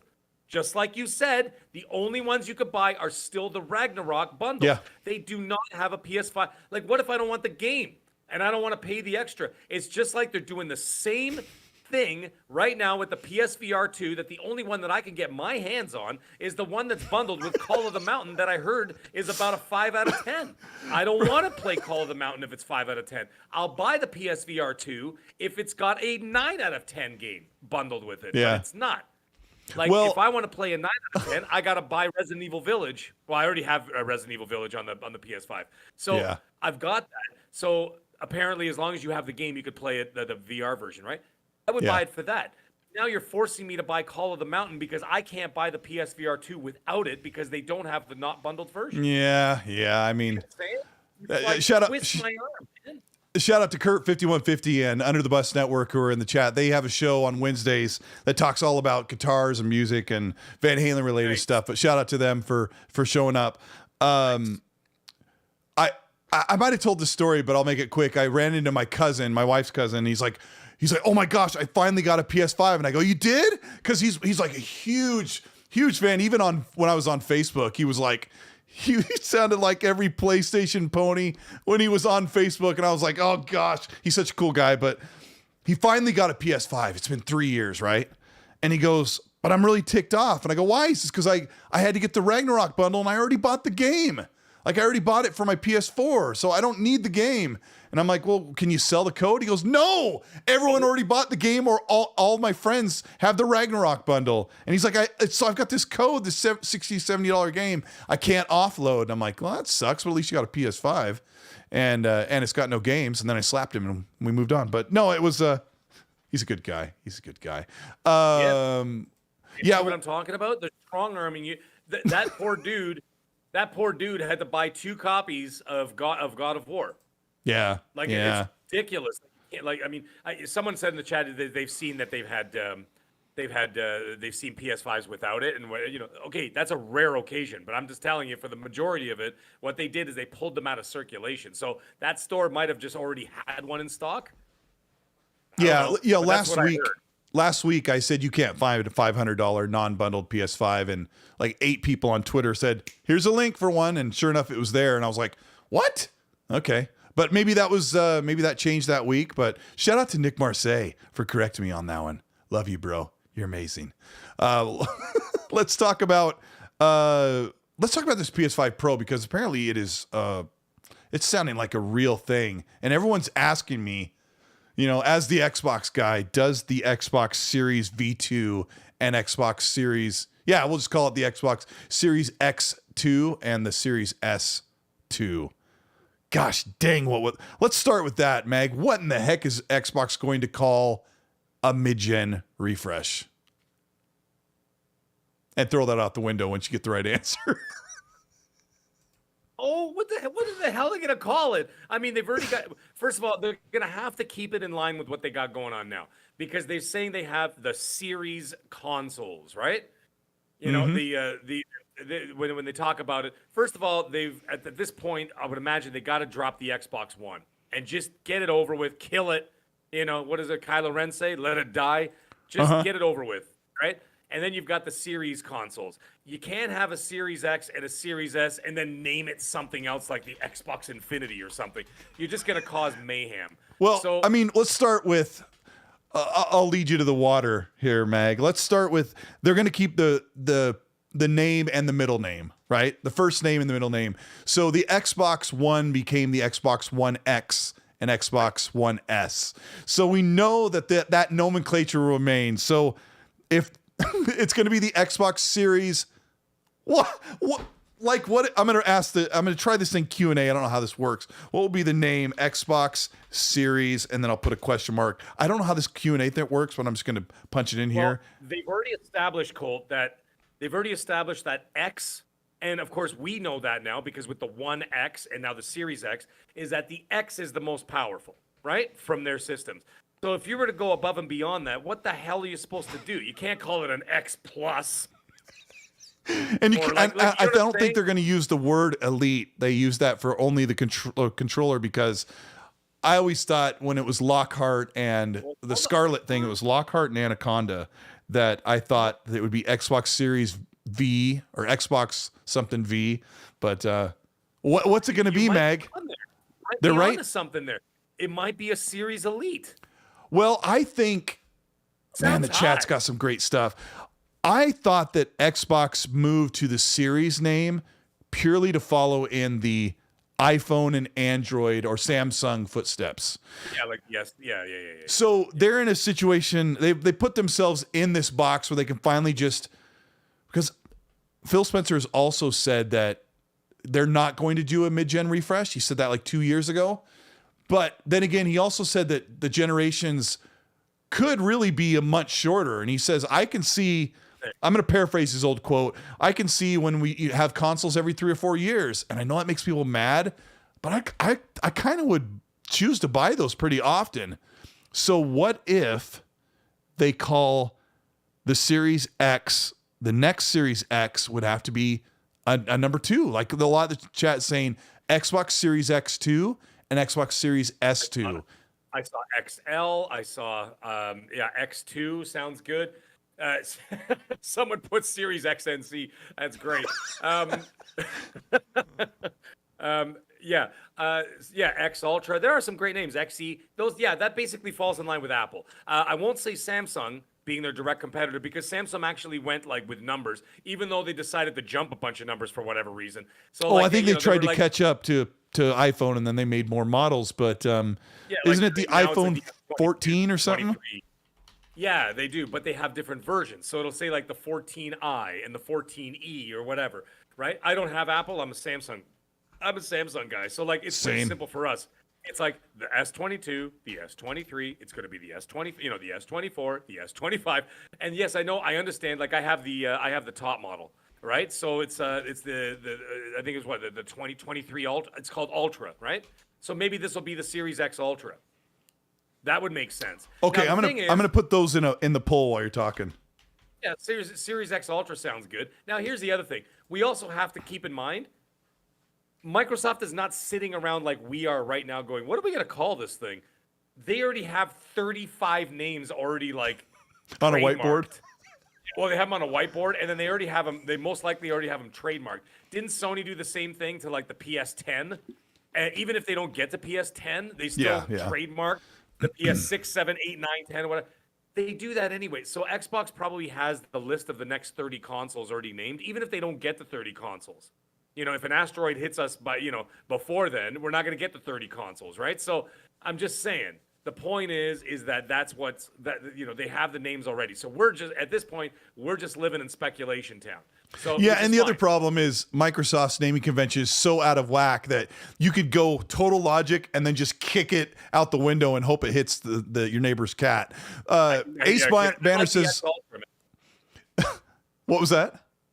Sorry, I was going to say, I like the X Ultra.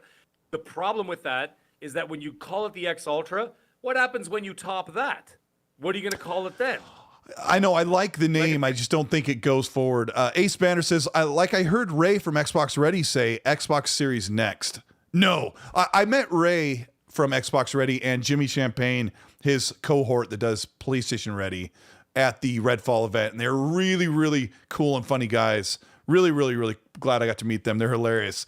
I don't think it goes next. I think they did this to fix the naming convention. So another question is it really going to be a mid-gen console, or will no? Here's what I think. I think PlayStation might do a PS5 Pro, but Xbox would just continue to make a generational leap. Now, that doesn't mean that Xbox will have a console that is a generation ahead of PlayStation, but Xbox just may treat their next console as the next step. And maybe they won't have, because the generation thing really needs to go away, Mag, where you just do the stopgap and none of your accessories and everything, your games, that compatibility needs to be more like PC. Everything just works.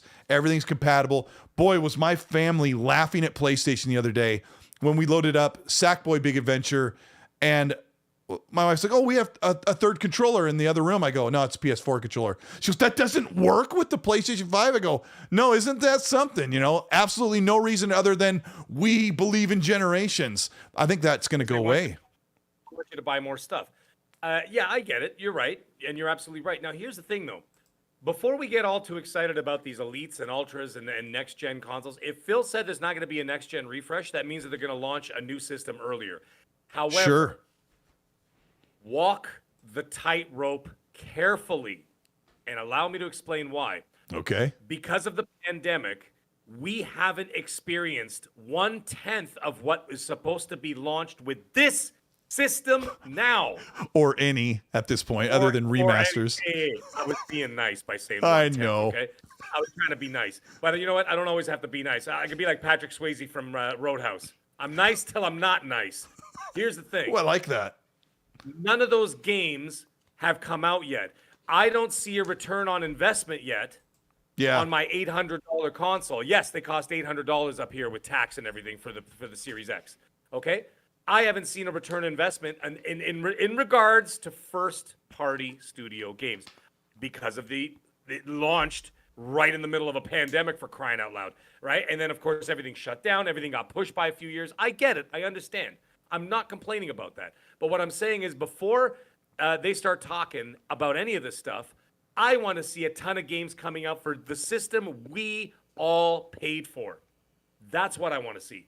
I want to see, obviously, we're going to see the Redfalls, the Starfields. I want to see your Avoweds. I want to see the Fables. I want to see all these games launching. I want to see the ABK games coming on this system, because there's going to be a lot of really upset people out there. I could come up with a lot far worse words to describe how upset they're going to be if they start talking about another console that we barely even touched this. I hate to break it to you, Mag, but we already went through this with the Xbox One and PS4 generation. I mean, were you really getting the performance and the potential out of the Xbox One and PS4? You're getting 1080p games. Most of them ran at 30. I mean, when I got the Xbox One X, it was a complete, not to overuse the word, it was a game changer. Meg, when I played Assassin's Creed Origin at native 4K, even though it was 30, that game looked so amazing on a 4K TV. I thought, this 5 hours I played is already paid for my One X. I get it. Don't you feel like we really got the generation when the PS4 Pro and the One X released? I mean, let me know in the chat. Let me know. Do you feel like the generation finally arrived when we got the real consoles, or did you stick with? I mean, what do you think, Mag? Like I said, this is a tightrope you got to be careful with, because you're gonna have people that are upset out there saying, what the hell did I just pay all this money for? And all the games that we talked about are not coming, or they're coming to that console, but they're going to look even better on the newer console. They're like, what did I buy this for? Just to hold me over for a couple of years? And that's what people are going to look at, because they haven't got the first-party content. Third-party, sure, we've got lots of that. We got lots of third-party content. I'm just saying, I'm not even speaking for me. I'm not even speaking for me. I'm just thinking there's going to be a large group of people out there who are not willing to throw another $500 US, $800 Canadian for another console, for a console that we've barely even touched now. Can I help you out a little bit on that? Yeah. Like, I'm going to ask the audience yes or no on a new console, but if for some reason in 2024 in the holiday, the Xbox Series Elite, or whatever you guys, Elite won out in that poll, if that console came out, I'm pretty sure you could take your Xbox Series X down to GameStop that weekend and get 350 out of it. Sure you could. But what I'm saying, you're absolutely right. Yes, you can get $300 for it. I mean, it's a lot of money still. For a lot of people, it is a lot of money, especially coming at a time where groceries are ridiculous. Like, you got to remortgage your house to buy a carton of eggs, for crying out loud. You know what I mean? So, like, Thought they were a couple bucks. What happened? yeah, no kidding, right? Wait till you see what happens to butter. I'm in that industry. I'll tell you what's going to happen. You're dead. Butter? Americans, you guys are in deep trouble. It's going to be 4, 5, 6 times the price when the price. What about drops. milk? I mean, isn't butter's just milk with it's been shaking around for 10 minutes? It's coming. It's coming. Oh. It's all coming. I'm behind. I like the scenes. milk. I'm dealing with this stuff. So trust me, it's going to be a disaster. But anyway, What's going to be more expensive, Mag? A stick of butter or a PlayStation game? should be around the same. You might be able to trade in a stick of butter at GameStop, and you can get the new PlayStation. So I got a stick of butter. I got a stick of butter, and I want to get the next game on PlayStation. How's the stick of butter going to get me? Can you imagine you're like at the counter, and the guy's like, all right, he's got like the little thing, the thing. Deet. All right, I'll give you $20 for God of War Ragnarok. Deet. I'll give you 80 for the stick of butter. The guy around the corner with the trench coat and a couple sticks of butter on the side, you know? Yeah, would you like to buy some butter? That's going to be, war. Have you seen those memes of like the drug dealers with the trunk open in their car, but it's full of eggs? Dang, man. Listen, this poll is getting hot. I'm really enjoying this right now. It's 56% no, 44% yes. I don't blame you guys, man. I'm not trying to convince you. And you know what the thing is? This is what I was trying to say. I'll buy it, Colt. I'll buy it because I will too. You know me. You know that I'm going to buy everything. I had a PS5 day one. I got 2 PS5s Same. in this house now. I've got 5 series consoles in this house because I'm an idiot. I have 2 Switch, even though I make fun of them. I have 2 Switches in this house. Same. Okay, because I make fun. I can make fun of Animal Crossing. Well, I'm the idiot who bought 2 Switches. They're sitting in there right now.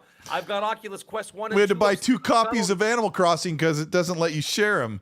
No. That did not enter my house. As soon as I heard those voices, that was like, I even told my kids, I'm like, you're not playing that stupid I'm game. buying your kids Animal Crossing when the show's off the air. You know, like in the 80s and the 90s, when you go into your father's underwear drawer and you find a nudie mag, the Animal Crossing is just about to become the new nudie mag. That never happened to me. No. well, they're gonna have to hide the Animal Crossing in their underwear drawer so I don't find it. Anyways, in all seriousness, listen, this is the thing. Like I said, it's a tightrope, and like I said, I'm not speaking for me. Okay, I'm speaking for a lot of people out there who are like, some people just got their consoles, and they're like, this is crazy. That's true. That is true, Meg. Like, withstanding notwithstanding the whole, we haven't seen the potential. We haven't seen next generation games launch. Like, actually, we're not actually going to see real next generation games where there's no Xbox One version till this year, right? But I mean, there's a lot of people who didn't get their Series X or PS5 till months ago because of the shortage. And imagine finding out that, like, and that's the same thing with the PS5. A lot of people are just getting their PS5s now. You see the commercials everywhere. They're saying, finally in stock everywhere. You could finally get yourself a PS5. Imagine buying that PS5 and then finding out a year from now they're launching a PS5 Pro. And that's going to happen. That's going to happen. But hey, hands up in the chat. I won't do a poll here, but put a hand emoji in the chat if you buy a new phone every 2 to 4 years. I think I'm around 4 years. About 4 years, they give you an offer or you can't refuse. Oh, it's free phone, but you pay a premium every month for that thing. And the phones are $1,000 or $50. I think my phone was, I've got the Note 22 or something. I think it was like $1,800. Yeah, they're $2,000. Like mine is $2,000, but like we're subsidizing it through the payments of the plans, right? You pay like, $80 a month, $100 a month, whatever. You get your unlimited internet, your unlimited data, whatever. You get it for 2. So my wife and I, every 2 years we get a new phone, right? So it's a 2-year plan. Every 2 years we get a brand new phone. So the next phone I'm getting is the S25, presumably, whatever it's going to be called. Yeah, right? I'm looking at. And it's subsidized through the payments, the monthly payments that you pay for the phone anyway. Holy cow! Right? I'm looking okay. I guess the Galaxy 8 was like 2016, maybe, if I'm guessing. Yeah. So a lot of people with older phones, like, you honestly don't need a phone. They just get so slow and they just love it. They put all the updates and it's like, oh, I don't know. I have international business to deal with. My phone needs to be my phone needs to operate and like perform like a high-powered. It needs to perform like a 4080 or 4090. I don't know PC specs. Play DirectX ray tracing on my phone. Yeah, TFC. I need the best phone on earth. Like, because what I do, I need the phone and I need it optimal at all times. Because I could be in the middle of like nowhere and I need to be able to call, the United States or wherever I am. Different nuclear bunker or something. Yeah. A THFC till I die with.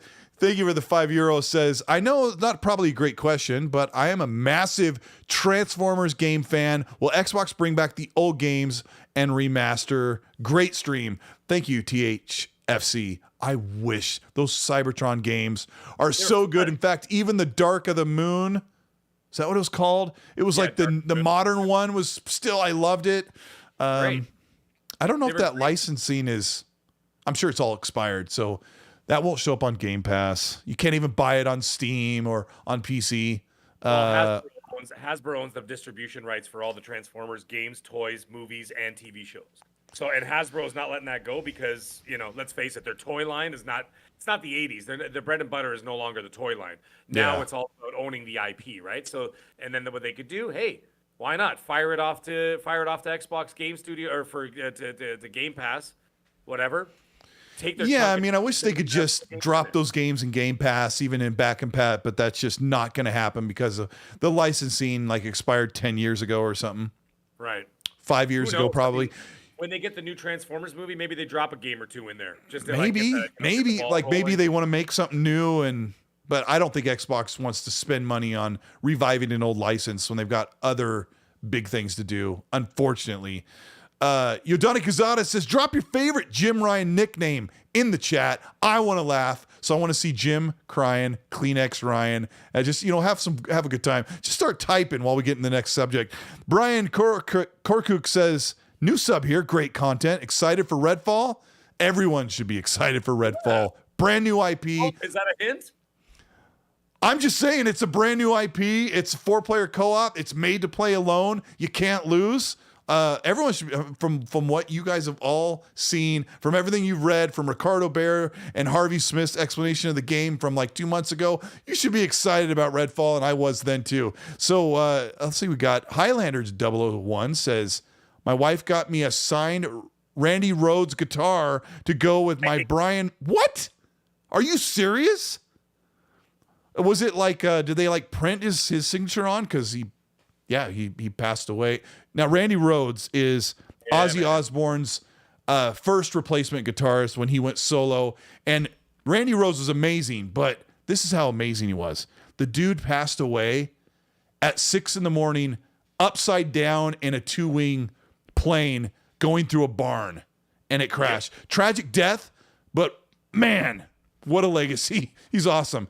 He also says he has the Brian May guitar, Ace Frehley, and Meatloaf guitars. I don't know what Meatloaf played other than him just singing. No, he sang. But a Meatloaf guitar. He's pretty much retired now. Yeah. Oh, wait, Meatloaf is still alive, isn't he? No, he passed away. Yeah, that's what I thought. Yeah. Oh, what a great album he put out in 92, 93. Dude. It's actually really good. My dad used to play Bat Out of Hell when I was a kid, and I was listening to those albums. I was like, man, is that the one in the 90s, when his comeback album? No, that was the second one. He did Bat Out of Hell Part 2, and he did a Bat Out of Hell Part 3. But the first Bat Out of Hell was in the 70s, and man, that guy was a relentless front man. He could put on a show like you wouldn't believe, man. He was something else. He could sweat. Wow. He was a big dude, man. That was the other thing. For being as big as he was, he put on one. I don't know how the hell he did it without passing out. But yeah, man, great talent, man. Meatloaf that's right. He was a god, man. But shout out to Noof Nukem. I see you out there. Crispy Rambo, I see you too, brother. Hey, Mav is there. We were talking about Mav earlier tonight. We're always talking about Mav. Hey, Highlander, send me a DM on Twitter if you're on Twitter. Or you could just email me at colteastwooddesign@gmail.com. I want to see pictures of those guitars because I love that kind of stuff. KY Bob, thank you for the super. Says, I won't be happy until they name one the Nex box. Nex, Nex. Nex. Oh my God, that's ridiculous. Nanopolymath, the Meme Master. Nanopolymath says, thank you for the super, for the 10-pound super. He says, there's no buyback option in the UK like the US. Oh, for consoles. He says, Boss already stated SX is the console for this generation. Expect lower in SKU. OS needs a mid-gen Pro to improve on the PS 4.5. RDNA 1.5. Oh, messy. Well, he's not wrong. But you know what the thing is? I guess in the UK, your only option is to put it on like Facebook Marketplace. I didn't realize that. So they would have to do that. They'd have to sell it like third party, right? The Facebook Marketplace. Do they have Kijiji in UK? I'm not even really sure. I know for sure Facebook Marketplace. Yeah. But, things like that, or whatever the UK version of their version of Kijiji. I'm not, like I said, I'm not 100% sure if they got Kijiji in the UK. So I tried to sell my Xbox Titanfall console, which is just a basic console, with the Kinect 2.0, and it only went for $75 with a controller, a wireless controller, Kinect 2.0, and the Xbox One original console for the VCR console. $75, and shipping killed it, and I canceled the sale because it didn't meet. You know what? It's horrible. If GameStop won't give you what you want, whatever, I just do it on Facebook Marketplace, and you know what you do? Meet at a police station. Just be like, yep, right, yeah. So they can't station. gank you. Yeah, so they can't. Yeah, exactly. And then you see who's legitimate. Oh, that looks like an Eddie Van Halen guitar, doesn't it? Yeah. I made this with my brother 2 years ago, the week Nice. that Eddie Van Halen passed. Yeah. Yeah. Rest in peace, sir. Yeah, that was amazing. Yeah, somebody just asked to see the Frankenstrat. It's actually called the 5150, the Kramer 5150. I used to call it the Frankenstrat. We won't get into that. That's a whole thing. If you want to check out Under the Bus Network on Wednesday evenings, you can hear all about guitars and their extremities. But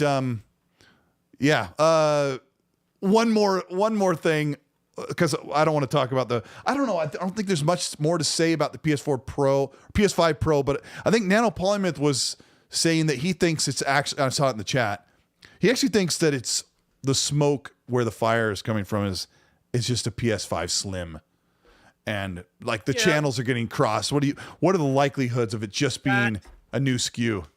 That makes a lot more sense. And the thing is, you can also cut back on the the pricing of the console by making it way smaller, and on top of the fact that the thing looks like the thing is like the Empire State Building next to my TV. I love it personally.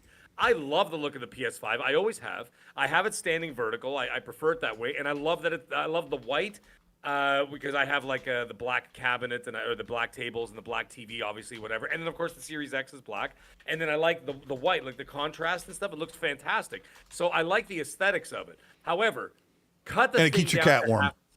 Yeah, it keeps my cat warm when they stand behind it. But you know, cut the thing down to half the size. Make it your standard vertical, or not vertical, excuse me, your standard horizontal console, and they could 100%. They're going to do that. I think that these mid-gen refresh talk has been put on hold because of the pandemic. Because the pandemic put everything back by 2 years, right? And so everything slowed down. You couldn't get the damn things. You couldn't get all this. Of course, the chip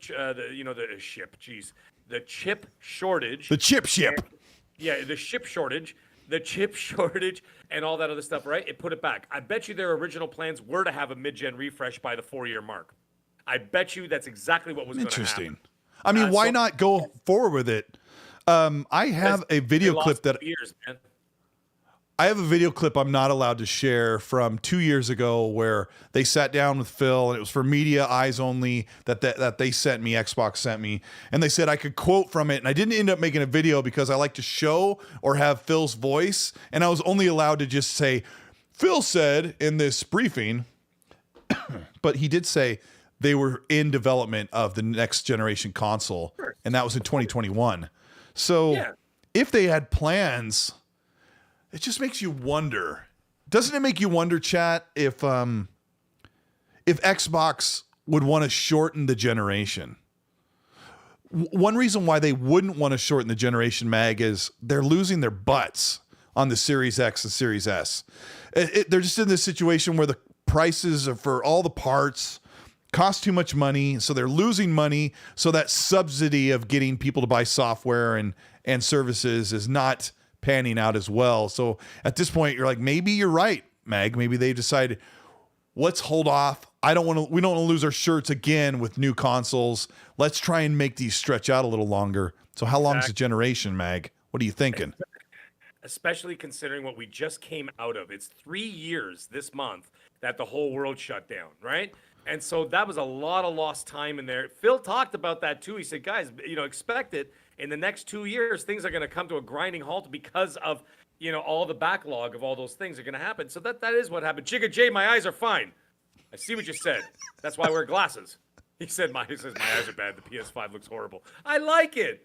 Anyways, I don't like it. And we don't have to agree. I think the PS5 looks so dorky. I've got the D brands, so it takes off the pop collar, which was one of my major problems with that. You don't look like you don't like looking like the preppy villain from an 80s comedy, right? I don't want to look like a Crockett and Tubbs, and I don't like the. Now this goes way back to you Gen Xers. Mag knows what I'm talking about. The very first thing I thought of when I saw the PS5 was the ivory tower from Neverending Story. It's got that shape. Fantastic. Yeah, it does have that shape. Actually, with the pop collar, if you take a cardigan, or not a cardigan, if you take a sweater and tie it around the neck of the PS5, it is definitely the villain from every 80s comedy ever made.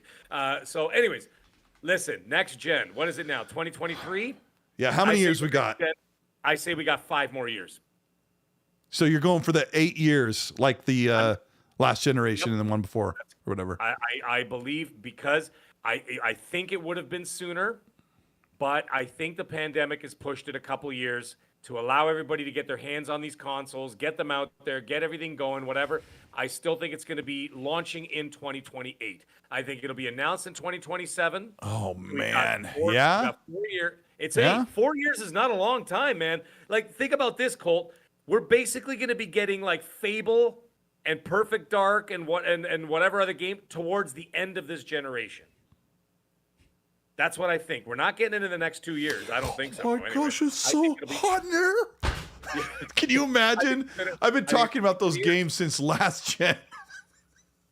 Hey man, I know. I mean, I could see six years was the original plan and being pushed to 8. What I'm saying. I think that 2026 would have been like, all right, we're launching in 2020. Let's do it 6 years, because the tech's moving fast. But guess what? Right. You can't get the chips. There are airplane hangars full of cars with no chips in them. They are still selling 2020 models because they can't make new cars. What's more important, cars or consoles? I mean, let's be honest. Come on. You can walk to work, okay? You can't walk, you need your console. But anyways, I'm telling you, I think everything got pushed. I wouldn't be surprised. Like I said, this is my personal opinion. You could say I'm an idiot or whatever. That's fine. But I'm just saying, I think 2028 we get full next gen consoles, PS6, if they even make it that far, and of course whatever the series, whatever they're going to call the next gen things. That's what I see. I see slim versions coming out in the next 2 years, and then 2 years after that, we start talking about next gen. It's only 4 years, man. It's only 4 years. It's not that long. Oh, 4 years until they reveal it. That's right. And that will go fast. That's what I'm saying. You know what they say on Yellowstone? 4 a.m. comes up fast, boy. It's the same thing. 4 years comes up fast. Yeah, it does. So, I mean, like I'm saying, 2 years you do like a year or whatever. 2 years you do slims, and all of a sudden in less than 2 years you announce the new console, and then you got a year of hype. You know what sucks for 8 years of this console generation though? And I hate to say it, but I wonder if the Series S becomes very problematic there at the very end. As you said, tech moves fast, but we have yet to see even an ounce of RDNA 2 efficiency features, DirectML, VRS, mesh shaders, all these things that are supposed to make such a low-powered thing like a console run great like a great PC, which, you see that sometimes. I mean, I was going in the family room and watching my son play on a Series S, watching him play Hogwarts. I'm like, I was just sitting in front of the huge OLED playing on the Series X, and I go in there, and it's like, do you really see the resolution? I mean, for a $300 console, holy crap, that thing is amazing. A couple supers rolling in. Kyle Coe says, thank you for the super. He says, Phil Spencer hinted Microsoft's own mobile app store. What do you think? We talked about that earlier in the show. Yes, we did. Yes. I just wonder, you're going up against a juggernaut. I just hope it gives them a place to sell their games. But this is the end. This is the end game. This was the end game for them to begin with. Call of Duty is just one aspect of it. They're eyeballing that mobile. They want the mobile. That's what they want. They want those mobile games. They want that Candy Crush money. They want that operating, and they need that in order to make it the flagship for their mobile app, that whatever they're going to launch. And you know what? It's no skin off their back if it works or if it doesn't work. They have the money to back it up. So Right. that's exactly what they're going to do. And you know, we were talking about how they take 70% of every single sale of every single ABK. Never mind just Call of Duty. Every single ABK game across the board. Diablo 4. Right. That's where some of their money's going to go. Right? It'll go right into launching their app store. Maybe they'll use other money up front, but guess what? They're going to refill that coffer. They don't need Call of Duty money to push their app store. They're no. Yeah. And so they Candy Crush money, as Invasion says. You refill it with the money that you're taking from the 70%. That now that you're the publisher, you're going to take that money. You can put it right back to what you invested.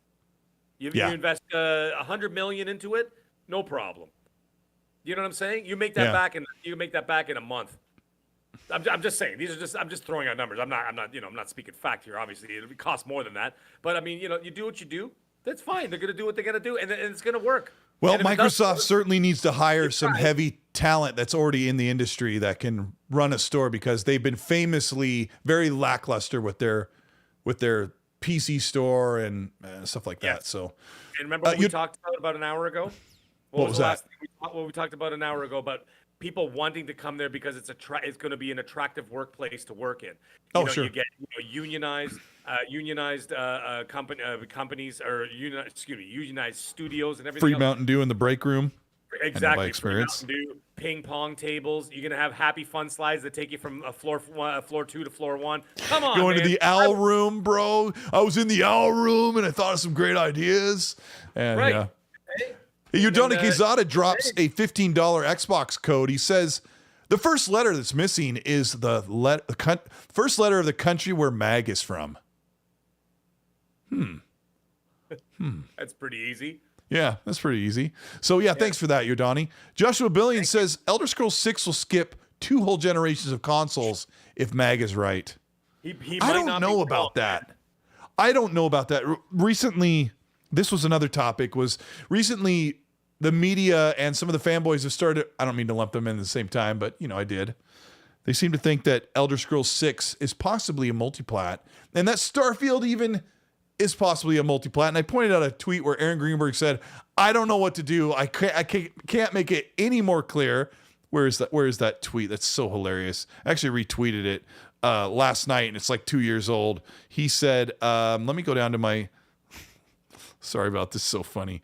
We've tried to be as clear as possible. Not a timed exclusive. This is simply where the game is being made. And he said that to Red Dragon, who has a hard time with understanding things. He's a person. So Elder Scrolls 6 has been in development since 2018 or even earlier. And Todd Howard even said that they have the beginning of the game fleshed out last year. I don't know if it's, I really don't think that it's going to come out in 2028 or 2030. I think that's closer to Fallout 5. No, Void Rat, I don't know what you're talking about, but no, I didn't. No. Yeah, I love it. Just love it. Elder Scrolls 6. Chat and Mag, you're in this together. When's Elder Scrolls 6 release date? What year? Minimum 27. 27, huh? Let me think.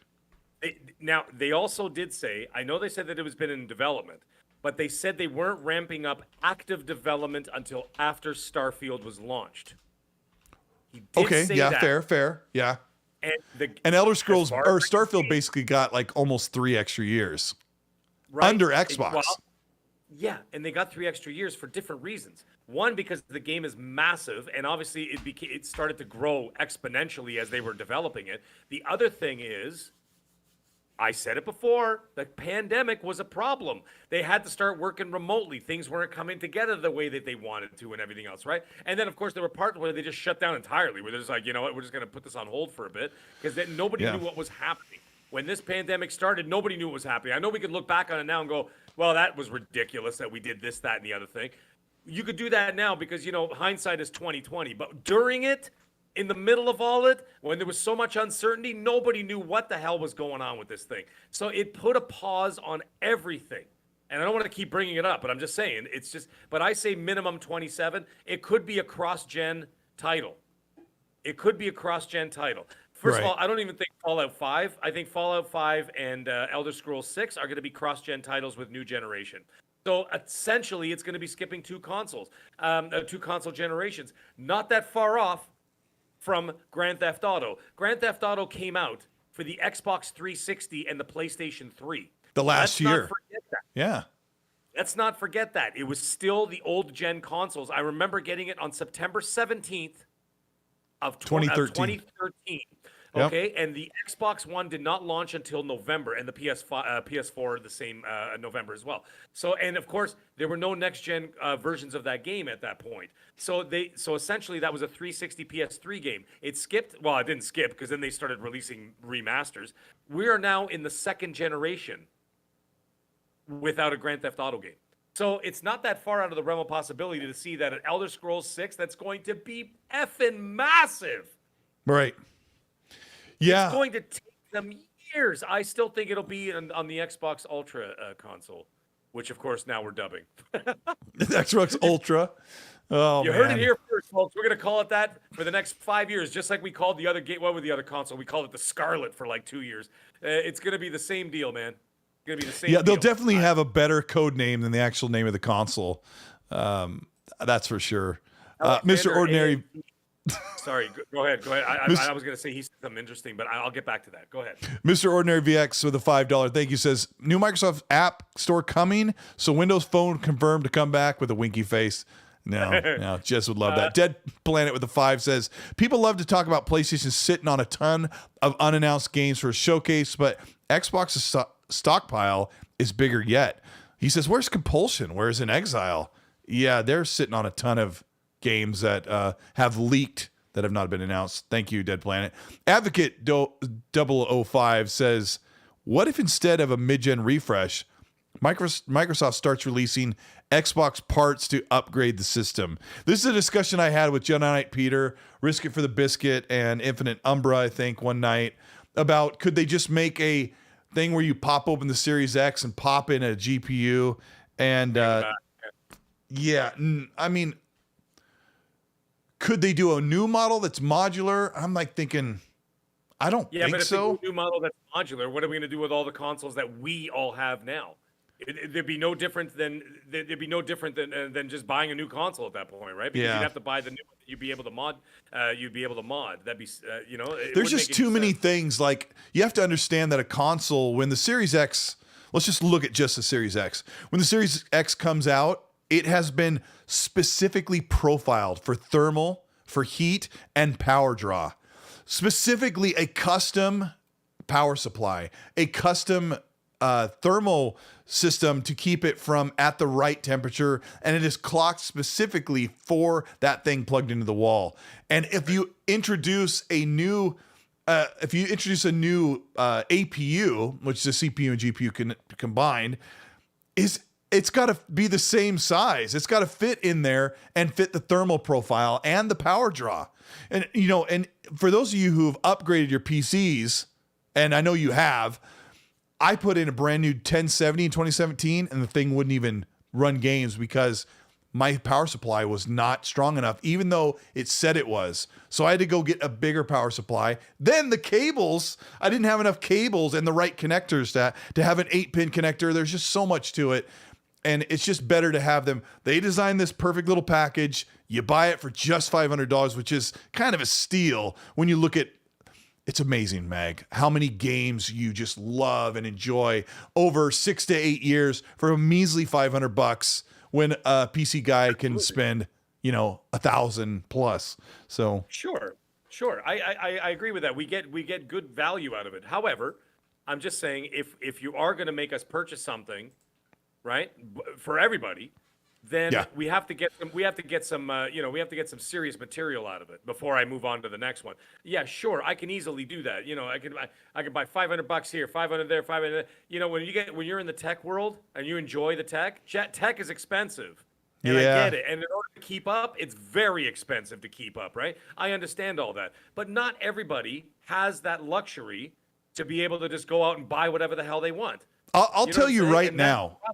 That's the general, I think the general public, the majority of them do not have the money to be able to just throw around like that. Well, let me put it this way. If there was a mid-gen refresh, more powerful Series X in the next 2 years, and you don't want to buy it, like you don't think you need it, I can guarantee you will get that amazing experience on your standard console. Even if you're on a Series S, you still get an incredible $300 experience, like a miraculous $300 experience.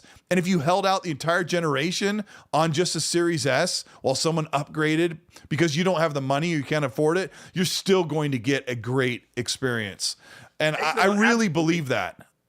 Absolutely, but I think what it is, it's not what you're saying is right. You're 100% right. You are going to get those experiences, but what I'm saying is it's the perception from the consumer. Yeah. That's what I'm talking about. I'm not talking about anything else. You're right. You could play the game. Hey, listen, you could play all the games that we're playing now. You could play on a PlayStation 4. All these like exclusives that are on the PlayStation 5. You can play on the PlayStation 4. Which, almost every game that's come out over the past 3 years, you could probably play almost all of them. Yeah. On the Xbox One, almost all of them you can play on the Xbox One. Not all of them, but the majority of them you can. But I'm just saying, it's from a perception point of view. If someone's purchased something and it's only been a couple years, they're going to be like, what? And now you're going to give somebody who's now going to have to, buy a newer console for the same price that they paid for the other one to get the better experience. Even if you're going to play it on your other console, it's still going to weigh on your mind saying, there's somebody playing a better version of this game right now because they had more money than I did. Yeah, if you've got FOMO, it really sucks. Like, and you and I obviously don't want to minimize that if you really want the Series X Elite or whatever you're going to call it, but you don't have the money and you try to sell your console and it doesn't work. Like, I know that sucks. It really sucks. And but that's why I really say you're going to get a great experience, even if you decided not to upgrade. But I don't know. It's going to be a while before you hear about this. What's that? There's ways around it. Cloud streaming, they're going to be able to upgrade games through there. You could be able to, you'd be able to play them on an older console and still get the same experience. Things like that, especially as their cloud gaming service gets better and better and better over time, right? They'll need to improve it because NVIDIA GeForce gives you a $4,000 PC experience streamed at, I think at 1440p or higher. You're getting 1080p. You're getting a 1080p version of the Series X in the cloud. But they're just getting started. And that'll improve over time. I can see that. But I mean, what I'm saying is, if Phil said it. Phil's not a stupid person. Clearly, he's put in a position, the highest position in the Xbox ecosystem, right? The thing is, if he says there's not going to be any mid-gen console refresh, then he knows that everybody dissects every word he says. Sure. Every word. Jesus, people dissect every word I say on YouTube and Twitter and everywhere else at Rumble, wherever the heck I am. Okay. People dissect everything I say, and I'm considered a nobody in this business. You know what I mean? I mean, not nobody, but you know what I'm saying? We're like small potatoes compared to these guys. These guys are CEOs in this industry. Right. Right? So when they say something, every single word they say, just ask Phil about the VR statement. You remember that? People are still calling that out. And I don't know how that happened, Meg, because they had a marketing graphic that said high quality VR on console. And Todd Howard, in one of their events for Xbox, he said, we can't wait for you to experience Fallout 4 in VR on Xbox. And it never came to fruition. It never happened. Right. And like, I understand, like, if you're like, okay, maybe they had one in development. Maybe it was going to be too expensive. Maybe it wasn't going to work out. Maybe they looked at the market and said, you know what? And this was before the Oculus Quest. Original Xbox One probably couldn't even run VR properly, but Xbox One X could. Yeah. The One X could. And this is before the Oculus Quest 1 and 2 came out, right? So maybe they didn't see that. They saw the PSVR, the first one. They're going, you know what? This is a pretty niche thing here. And then they looked at the PC market with the Vive and the HTC or the HTC Vive and all that other stuff, and they're going, this is pretty niche. Then all of a sudden, the Oculus Quest 1 and 2 came out and then blew the doors off because then the casuals got into it, right? The normies. My wife has an Oculus Quest 2. She's not a normie, mind you, she's a gamer. But her friends have one too because they saw her playing it. They came over to my house. They all got drunk and they started playing the Oculus Quest 2. Guess what? Next Christmas, it was under their tree. They had one too. So it became the Nintendo Wii of the VR. Right? Yeah. Where like all the normies ended up buying a VR headsets. And that's when Xbox is probably going, if we released an affordable, easy to use VR headset, we could have made a fortune. And Facebook's doing just great with it now. Now they got the super high powered Oculus Quest 3 coming. All right. And that's gonna be a whole different thing. But anyways, that now everybody's wondering, like, how did that get canceled? Like,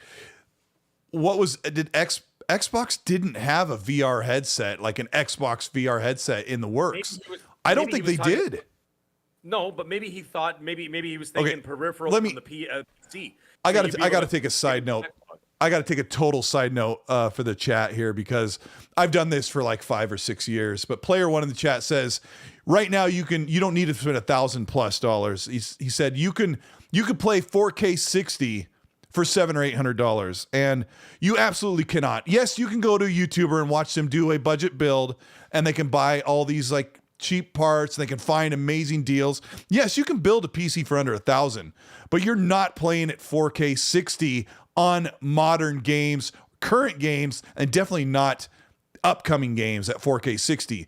I've got a Ryzen 7 3080 PC that I spent almost $2,800 on.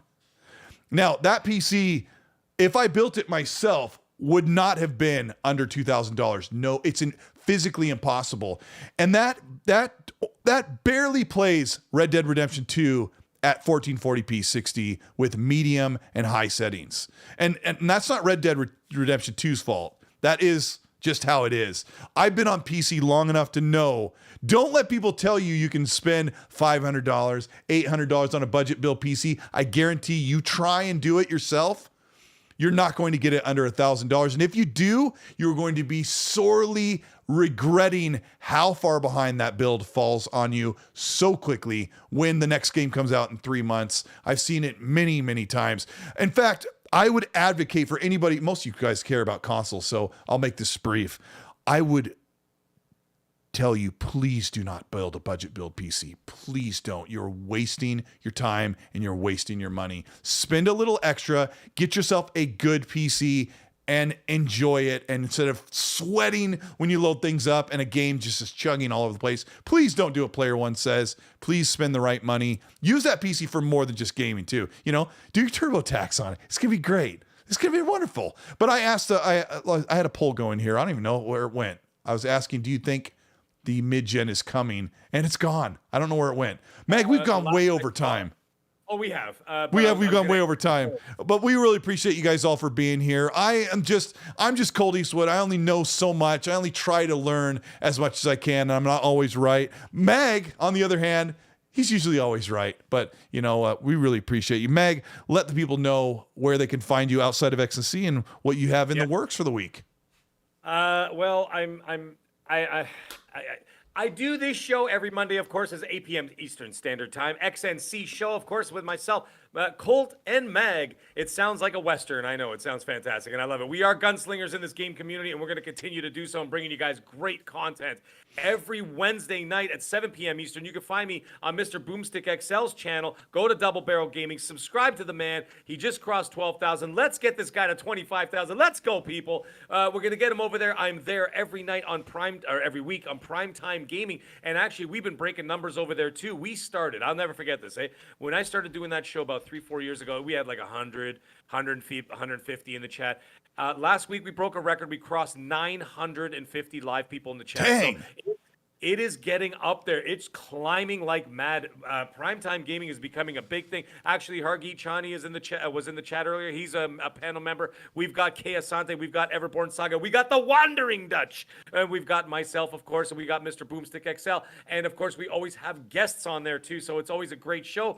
And anyways, guys, that's where you can find me. I'm also doing something with Gaz right now. I know Gaz is your man. I'm working on something with him right now, so you'll find we out can very share soon what that is. Yeah. Oh well, yeah, we can share them. So we're doing something right now. We're collaborating on something, so it's going to be a lot of fun. So keep your eyes peeled to Game On Daily. So we got something going on over there. Otherwise, guys, have a great week. What a hell of a show we had tonight. It was just on fire. Chat, you guys were absolutely amazing, and I got to tell you, man.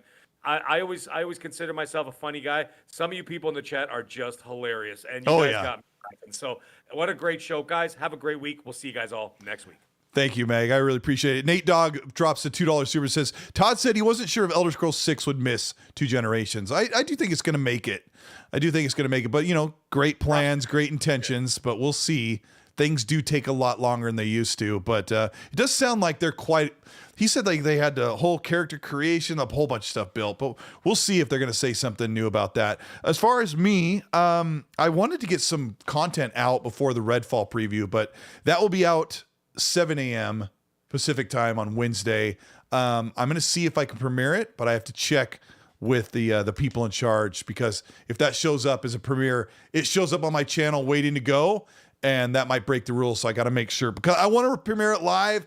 I want everybody to kind of watch it with me. So if not, I'll set it to premiere at that moment, and then we'll just go ahead. So keep an eye out for that. And thank you, everybody. This episode 94, I guess. Thanks for hit the like button on the way out. We're going to get out of here, and I'm starving.